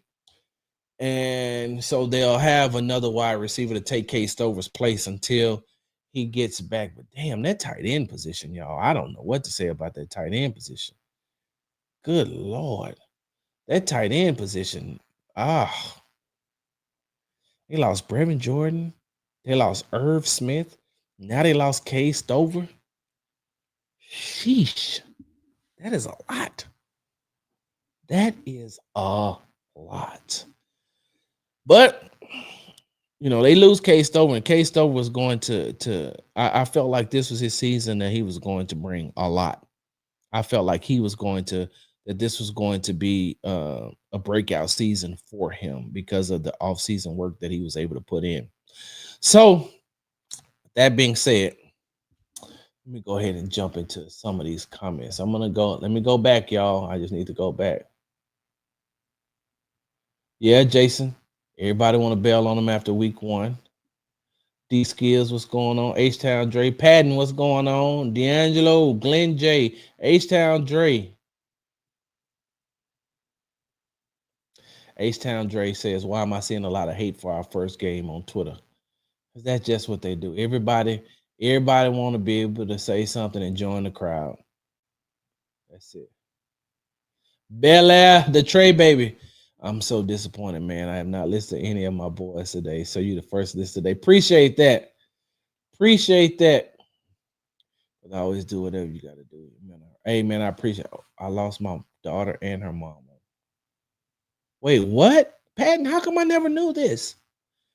And both their birthdays were on October 1st and 4th. So I understand. Oh, man. Bro, man. Dang, Patton. I ain't know that, man. Hand over heart for you, brother. I'll reach out to you once I get off here. I had to tell a few folks. What's up, Tay? A few folks that it's a new system. It's a new system and new systems with actual game reps. Got to give it a few games to get that set in place. Yeah, we talked about that too. Remember, we talked about we talked about that. Rams also haven't given up 10 points in 5 of their last 6 games they started in. And the only one who did it was the Eagles. Oh, I didn't know that. Ed Ingram out being a problem also meant you don't want Titus at guard. I did not want Titus at guard at all. Tay's talking about the interception that CJ threw on Sunday, saying that Higgins got to strengthen his hands. And Brandon responded with, I mean, no matter how much you strengthen your hand, outstretched hands are stronger than a person using their entire weight close to the core to steal the ball away. That is a great point by Brandon. That's why I said on Sunday on social media that interception wasn't on CJ and that interception wasn't on Higgins. The defensive back Kobe, is it Kobe Bryant? Kobe something. I can't think of his last name, but anyway, he just made a great play. That was just a great play. That interception wasn't on CJ. The interception wasn't on Jaden Higgins. It was on the fact that the Rams defensive back made one hell of a play. I haven't seen the replay, and so I'm gonna go back and look and see if he actually came down and controlled the ball. Man.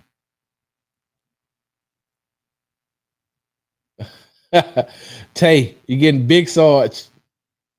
Sip some Sarge or Big Sarge. Big Sarge.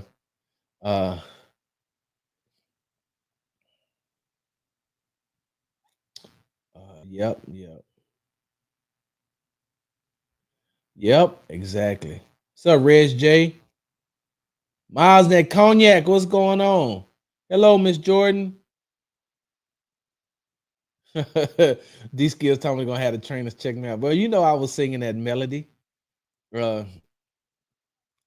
me see. Gamer G Texas fan said, I want us to beat the Chiefs and Bills this year, but I have a question. Y'all think one of my favorites in trouble, number 5. You talking about Petrie? Let me know what you're talking about, Gamer G Texan fan. Exactly, these skills. I didn't understand the O-line shuffle at all. It made 0 sense to me. Hey, made 0 sense to me either. I think that Velo says just shows they don't think, and he's talking about Juice Scruggs is good.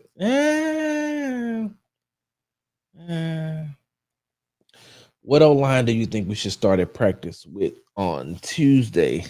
Shout out Jason XY-RN.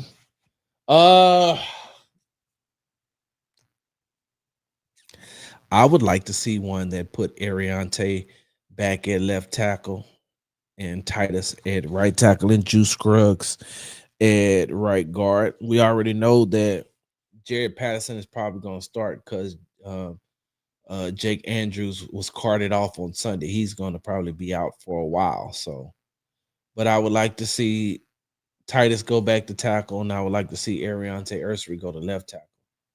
I don't think I'm ready to see Blake Fish in the game yet. Let me see. Beast mode. What's going on? At the end of the day, I feel Juice or Fisher has to sink or swim. If they fail, release them and take a chance with another free agent. Yeah, I agree with that too. What Glenn J says, I think that was my biggest issue with yesterday. We looked just like last year. No tempo, no quick hitters, no adjustment, no score in the second half. Yep, exactly. Reg, that's what I said. I said the exact same thing. Christian Kirk would have taken the double coverage off of Nico. And people kept asking, what about Nico? What about Nico? What about Nico? Well, it's the equivalent to what you've seen in the 2023 divisional game against the Baltimore Ravens. Roll the coverage to Nico because there ain't nobody on the other side. Same thing you seen in 2024 against Kansas City Chiefs. Roll the coverage to Nico. Take Nico out and make everybody else beat us. Exactly. All right. Sarge, honestly, man, I'm disappointed. I've watched you, Seth, Aaron, and I just been feeling like I've been lied to from Ryans to Stroud. It almost feels like what did we even do to get better in the offseason? So I will say this. Some of it does have to do with D'Amico Ryans. A lot of it has to do with Nick Caserio. D'Amico cooks the groceries. D'Amico cooks the groceries. Nick Caserio buys them. Nick Caserio buys the groceries. D'Amico Ryans is the chef. And so all he can do is what he can do with what he got. Y'all remember I had a show last year. I said it on my show last year and on that former show that I was on. I said, y'all just now, I mean, y'all talking about how bad the offensive line is. Or y'all talking about how bad the offensive line is and how they ended up. And I remember I told you one of the biggest people that you had to blame about the way that the offensive line looked last season was Nick Caserio, because Nick Caserio watches every practice. Every practice. He's on the field, the back of the field, looking. He's observing. He has a play sheet. He knows exactly what's going on. And so with the inefficiencies of the offensive line, that type of stuff falls back on the general manager as far as getting the talent and the offensive line coach, which was Chris Strausser at the time last season. So you would think that Nick would have learned from his mistakes coming into this season, but it's almost like he doubled down because of the amount of the players that he brought in to the team this season. Some of those guys were benched for inefficiencies. Some of those guys are looked old at their former spots. Some of those guys looked bad against good competition. Like some of those guys, and like I told you all before, hey, and I'm not even ready to just give up on them right now because we don't know what these players are going to look like later on in the season. But are you sure that you want to go into the bye week 6, still wondering what this offensive line is going to look like? Why CJ Stroud doesn't like at some point you've got to say you got to do something. Like you got to do something. There's too many times that CJ was under pressure. As a matter of fact, hold on. Let me look at this. Give me a second because I think it's in here.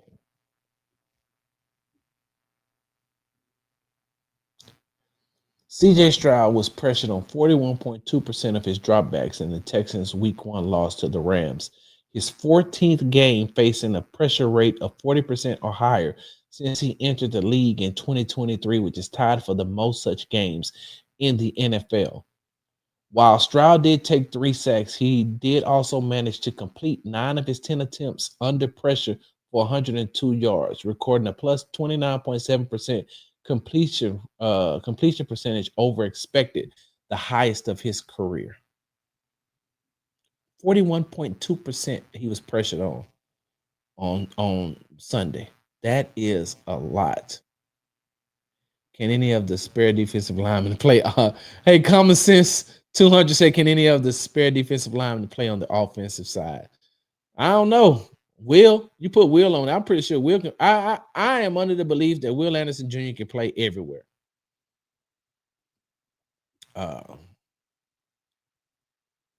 Brandon says you couldn't really avoid the consequences of building an O line, that a bad O line the last 5 years. I can't pronounce that name, but he says, I'm done with the Texans.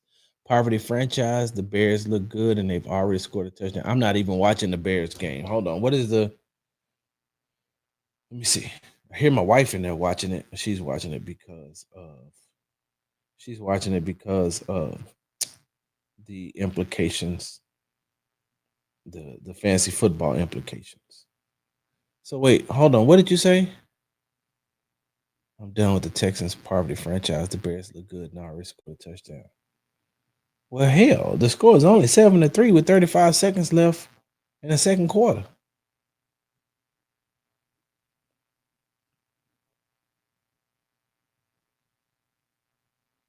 Caleb Williams, 12-15 for 109 yards. And he's rushed for 32 and 1 touchdown. But they only. So, okay. Make it make sense to me. I get it. If you want to be done with the Texans, that's cool. I told you, when I'm doing a job, I don't have a team. When I'm doing this job right here, I'm not a fan of nobody. Nobody. Now, when I ain't doing this, I don't have a team. I'm a free agent right now, but I still lean towards the Cowboys because that's all I've known for almost 50 years. It's hard to just break that habit after 50 years. But it's only 7-3. So how the Bears look better than the Texans? It's 7-3. Hold on. Let me make sure they score in the last 35 seconds. They got the ball. Where do they have the ball? It's 28 seconds. And it's 4th and 2. They got one timeout. So if they kick a field goal, it's going to be 10-3. I'm good. Fire D'Amico and get an offensive-minded coach. And then what are you going to do on the defensive side of the ball? Don't worry. You know what? Don't worry. I'll wait. I got a drink right here. Hold on. Fire D'Amico and get an offensive-minded coach. And then what are you going to do about the defense? No, don't worry. I wait. I'm going to wait. Okay.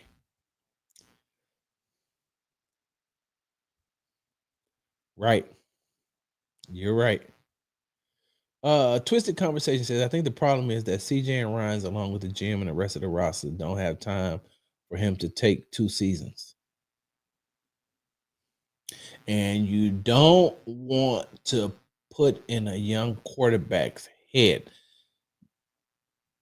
any type of doubt or any type of fear that he's always going to be under pressure, he's always going to get hit, or he's always going to get sacked. That's something you don't want to do to a young quarterback. And going into year 3, if CJ starts to feel like it's year 2 again, like you cannot help. It's human nature. It's human nature for him to be able to be like, damn, I got to do something because either I'm going to get hit or I'm going to get sacked.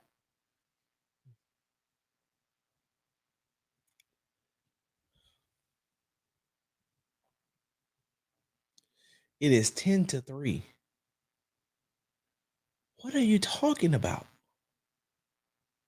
Am I missing something with the Bears, y'all? Because I'm doing this show. Am I missing something when it comes to the Bears?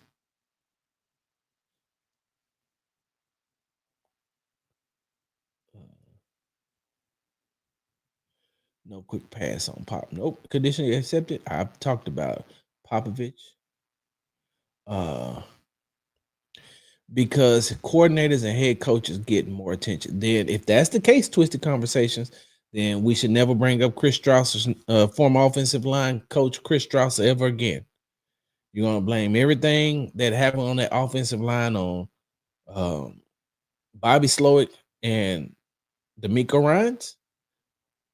I don't think that's the right way to do it. So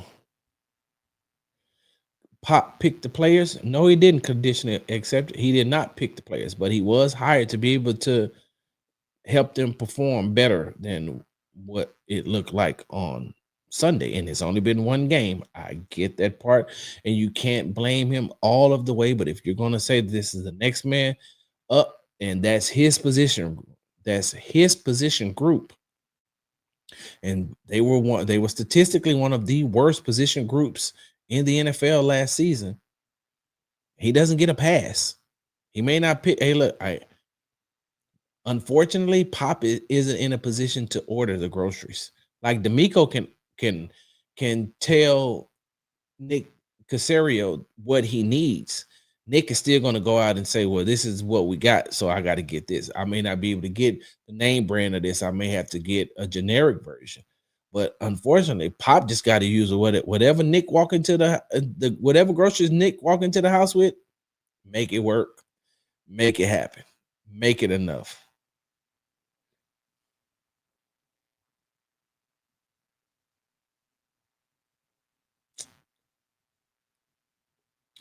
Jay Hino says it's basic leadership with the chain of command. If Pop is the problem, the head coach and offensive coordinator should recognize this and handle business.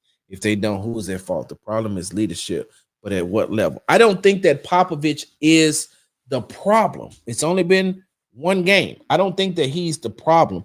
But what I'm saying is, if you're going to lay blame at the feet of,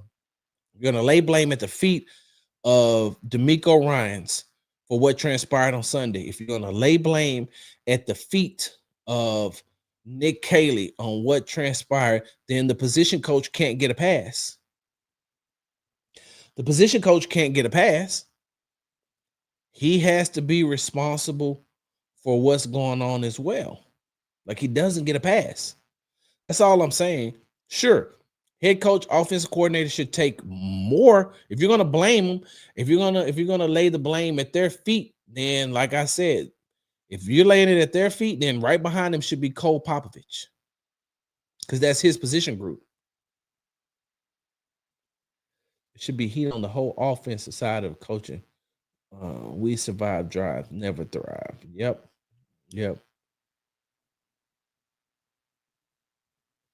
What are you talking about? Everyone has not blamed Nick.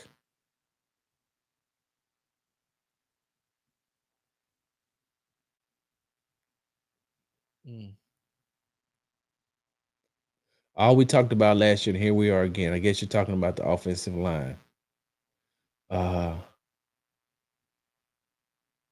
The only thing the acquisition did is set the table for another offensive line rebuild next season. Gamer G Texas fan said, "We want more Big Sarge. We want Super Bowls." Glenn says it's going to sound weird with this line. I think CJ has to stop being as much of a quarterback. Just start using his legs more and getting out there sooner. Yeah, he's gonna. Yeah, and he did use his legs a lot more, especially at the end of the half. Like, I was really impressed by what CJ Stroud did at the end of the half. So we will see. Lexi says felt like the team's energy wasn't fully there. Yep. We're gonna make it happen in December, Fred. I'm gonna be out there a little bit longer because I will be out there for the Houston Texans game against the Los Angeles Chargers, and I will also be out there on Christmas Day when the Houston Rockets will take on the Los Angeles Lakers. So I'm gonna be out there longer, and I'm gonna have dinner. And I think my wife is coming too, because I think we're spending Christmas in LA because I think she's going to the game. But I would love to get with you and your lovely wife and have dinner. So we'll make it happen next time. I would say the choices Kaylee made with personnel in the game at certain time was interesting. Yeah, Alexis, that's true.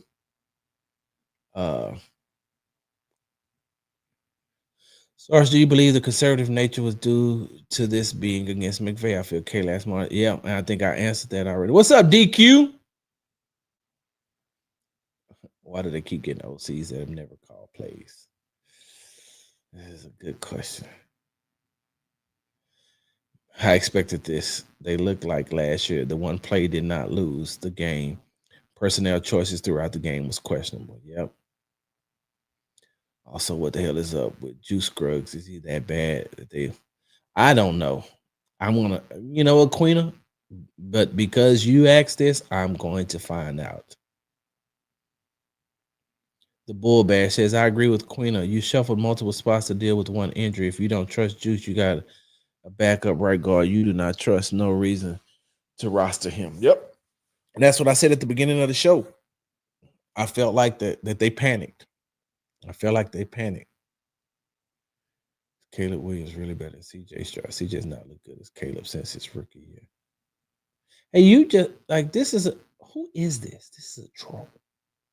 I feel like this is one of them people that I have blocked on Twitter that made them an account on YouTube and just come there. There's no possible, bro.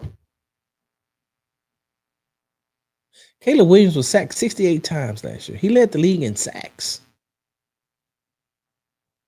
Now CJ was right behind him with 52,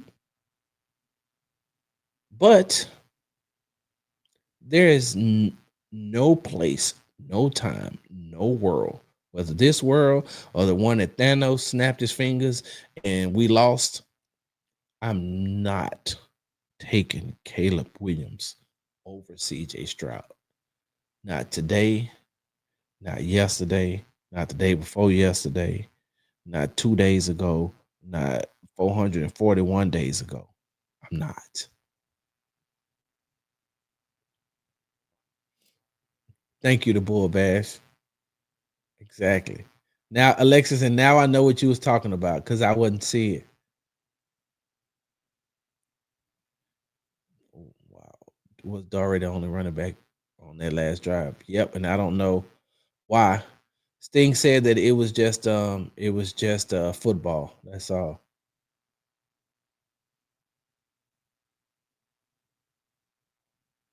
They're winning 10-3. What are we talking about?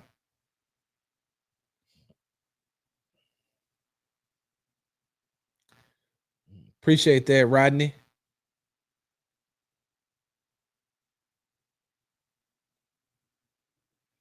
Mm, mm, mm, mm, mm, mm, mm. D'Amico fired Bobby for failing to adjust. He knew McVay gets his best guys matched up. McVay was reviewing Adams' tape and probably saw that he did what he did to Petrie. Petrie's a defensive back that can't cover. You Smith. Tremon Smith? Mm. Good. Okay.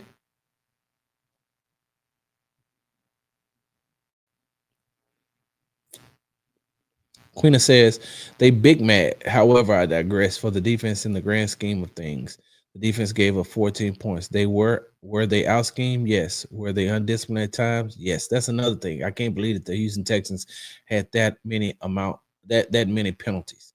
You cannot. She says she gives them give them a game one pass. Offense not so much. Is it time to start playing a true nickel cornerback? Put Kamari there and put one of the rooks, another vet on the outside.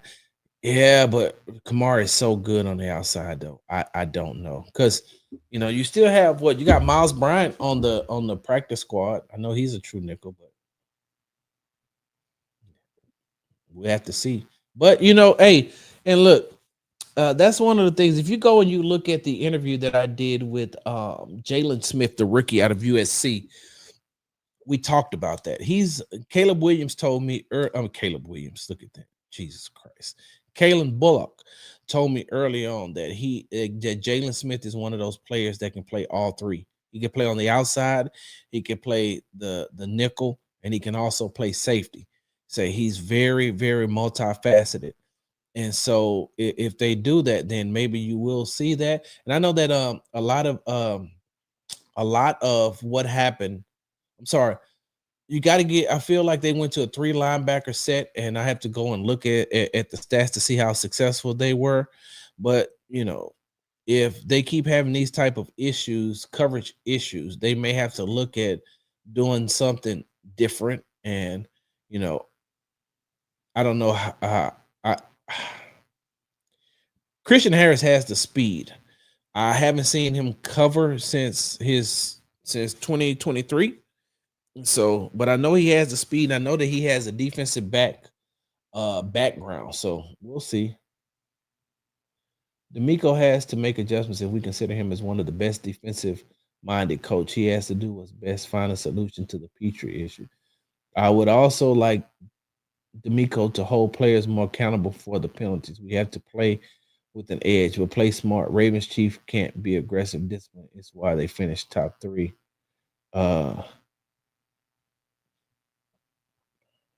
Let me get down to some more of this.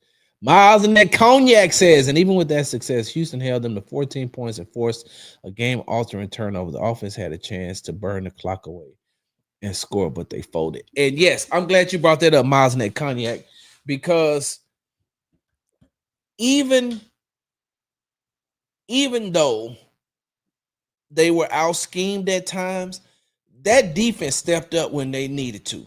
They stepped up and caused the turnover to get the ball back for the offense. Like that hit that Azeez Al-Shaair put on that tight end, that was perfect. I put that up on my social media.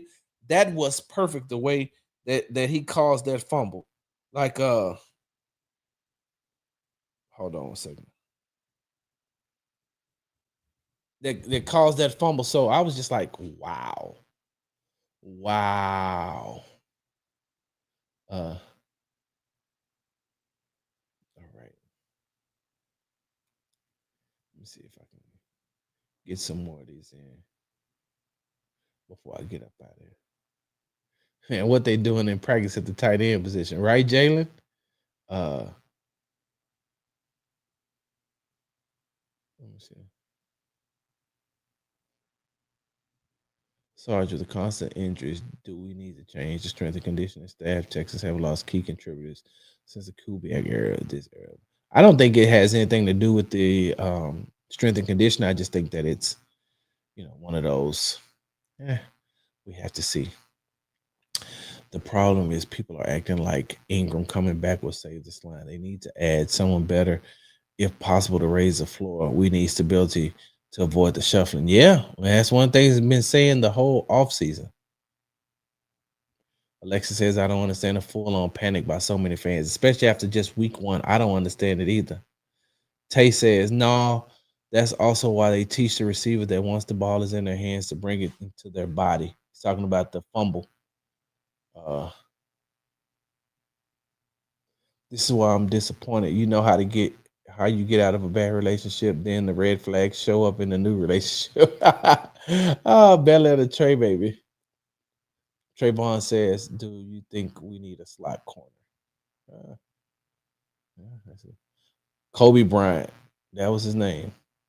I don't remember. I know it's Kobe something.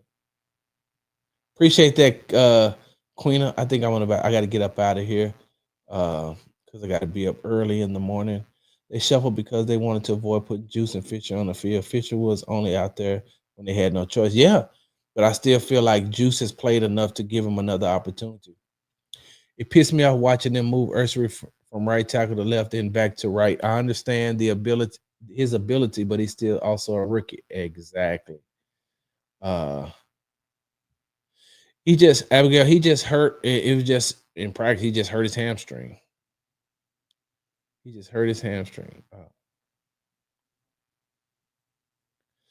Glenn said, Glenn, that's a good question. I wonder if there is anyone available to trade for on the offensive line. We don't have any dogs on the offensive line. CJ gets sacked. They don't rush to get him up, push players off of him, nothing. Where's the heart? We're going to find out on Tuesday, hopefully.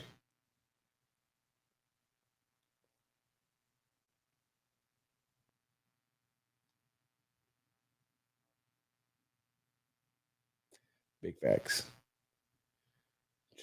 Do you think our defense needs a slot corner? I think you live and you see with what Petrie can do in his return. I don't think you give up on Petrie just yet. I don't. Let's see. Food for thought. Late round picks develop into quality depth with good organization. Nick Casario throws away a lot of late rounders to move spots in drafts. The Queen of says he's brought in trash. Nick cannot draft offensive linemen. I would have traded Damian Pierce or cut his then traded for Brian Robinson, who only costed a 6. Casario's not willing to give up early rounders. Texans need the Nico Autry, no pressure up the middle.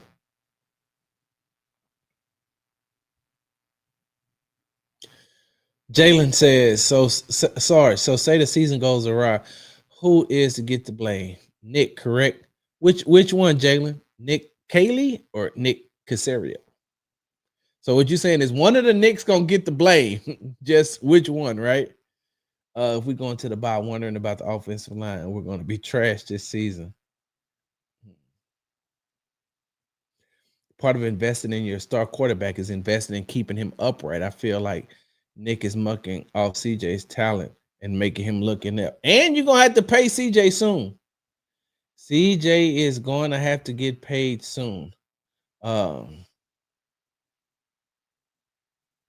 It's a good question. Chi-Town Bread should have drafted. I mean, that's a good point. Should have drafted Will Johnson second round. He was right there.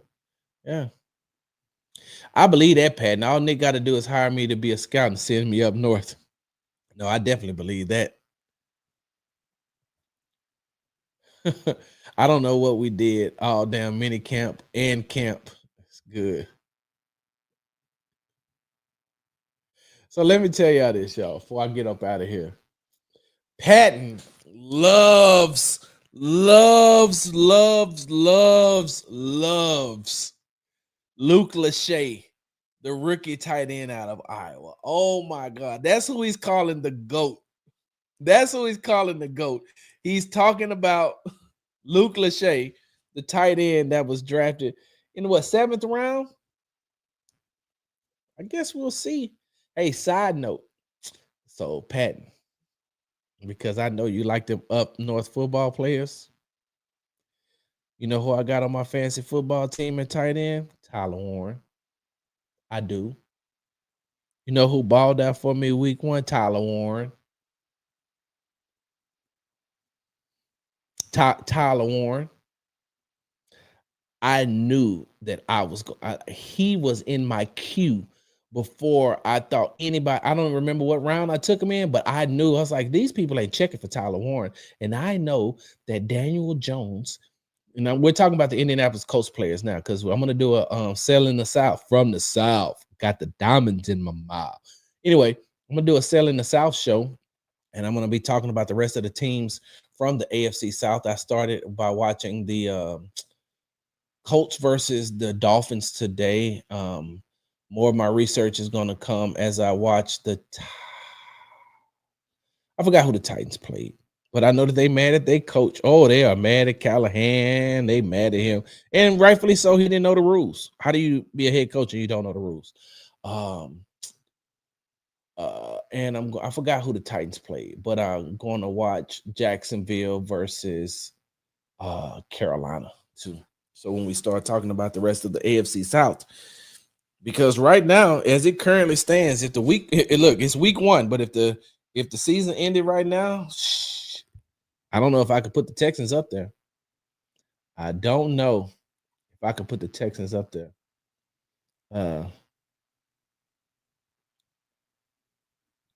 Is that the running back out of that's the running back from Seattle? Hold on, because I think I got him on my fantasy football team too. Well, my fantasy football team balled out yesterday, y'all. I scored 173 points. You know why? Because I had Josh Allen, who gave me 48 points, and I had Derrick Henry, who gave me 34 points. Yeah, boy. You talking about Kenneth Walker, the third, the running back out of San Francisco? He had 20 yards rushing yesterday. Keon Coleman had 26 points on my bench, and Myers had 17. I'm going to have to do something. Hey, Tyler Warren gave me 14.9 points yesterday. Yay. Yeah. Hold on for a second. Yeah.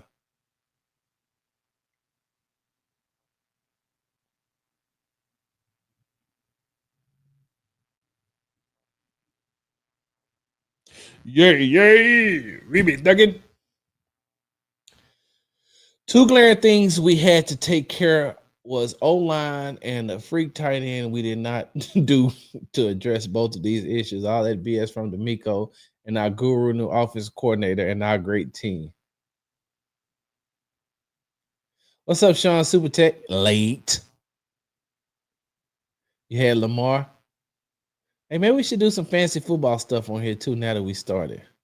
Yo, hey, hey, hey, hey. Our fancy football squad is fire though. Fire! It's fire. All right, y'all. I've been on here tally too long. I still got work to do. I still got I still got articles to snap. Hold on. Give me a second.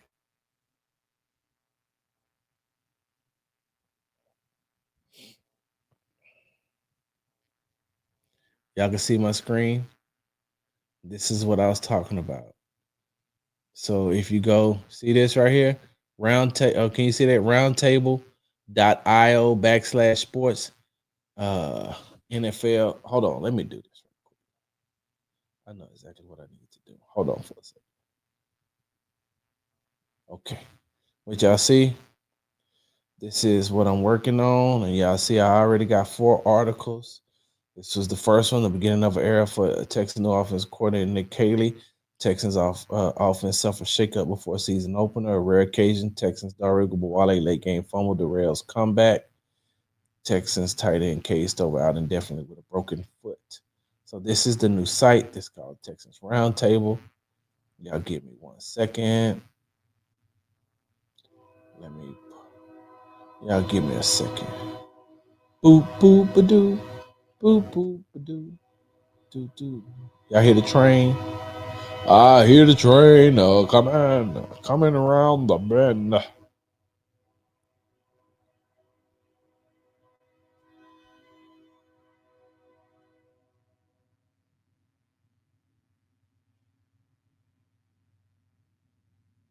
That's not what I want to do. That's it. That's it right there, y'all. Please. Let me take this down. Please go to this site and join the community.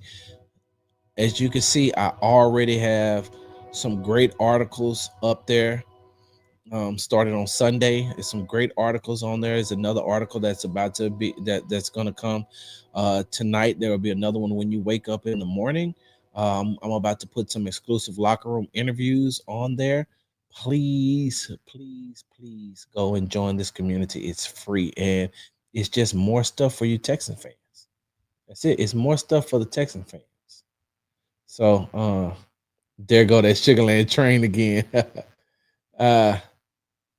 So Queena, it's not a well actually I will be doing a podcast. I'm gonna let y'all know more about it. There's a podcast coming this week, but it'll be on this platform and you all will still be able I'm thinking that I'm gonna make it to where you all will still be able to join too. But please go here to roundtable.io /sports /NFL /Texans. I am I'm over the community, and I know for as much as you all actually no, I don't live on the south side, but I mean I have lived on the south side and the southwest side, but I don't live in either places now. But I would love for you all to go ahead, join the community, and just like you support me here and we're family here, go there. There's going to be the train sound like he got money. The train on MLK Macau sound like it's been his last leg since the 90s. You hilarious, Patton. But go here for more exclusive Texans content, articles, videos, all that. Join the community. There's a chat that we could talk over there. You could ask me questions over there. But please go over there and join. What am I doing? All right, y'all, I got to get up out of here. But I am going to leave that right there. Nope. Okay, what am I doing? That's not what I need to do. I need to do this. Okay, what are we doing? Oh, here we go. All right, y'all. Hey, you've been tuned into the Texas Happy Hour, sponsored by the Hall Family Estates. Make sure you go to www.hallfamilyestates.com for all your wine needs. They say you can't buy happiness, but you can buy wine, and that's the closest thing to it. Make sure you follow me on the app formerly known as Twitter at Big Sarge Sports with the Z at the end. Make sure you follow me on the Tick and the Talk at Big Sarge Media. Make sure you are subscribed to the Texans Tailgate Talk podcast, all one word, Texans Tailgate Talk. Follow me on Instagram at Big Sarge Sports with the Z at the end, because you know we do everything for the gram. Make sure you're reading. There's 2 places now that you can find exclusive content from me, BigSargeMedia.com and on the Texans Roundtable. I like that. Got a nice feel to it. Big Sarge, I'm out. Big Sarge. Big Sarge.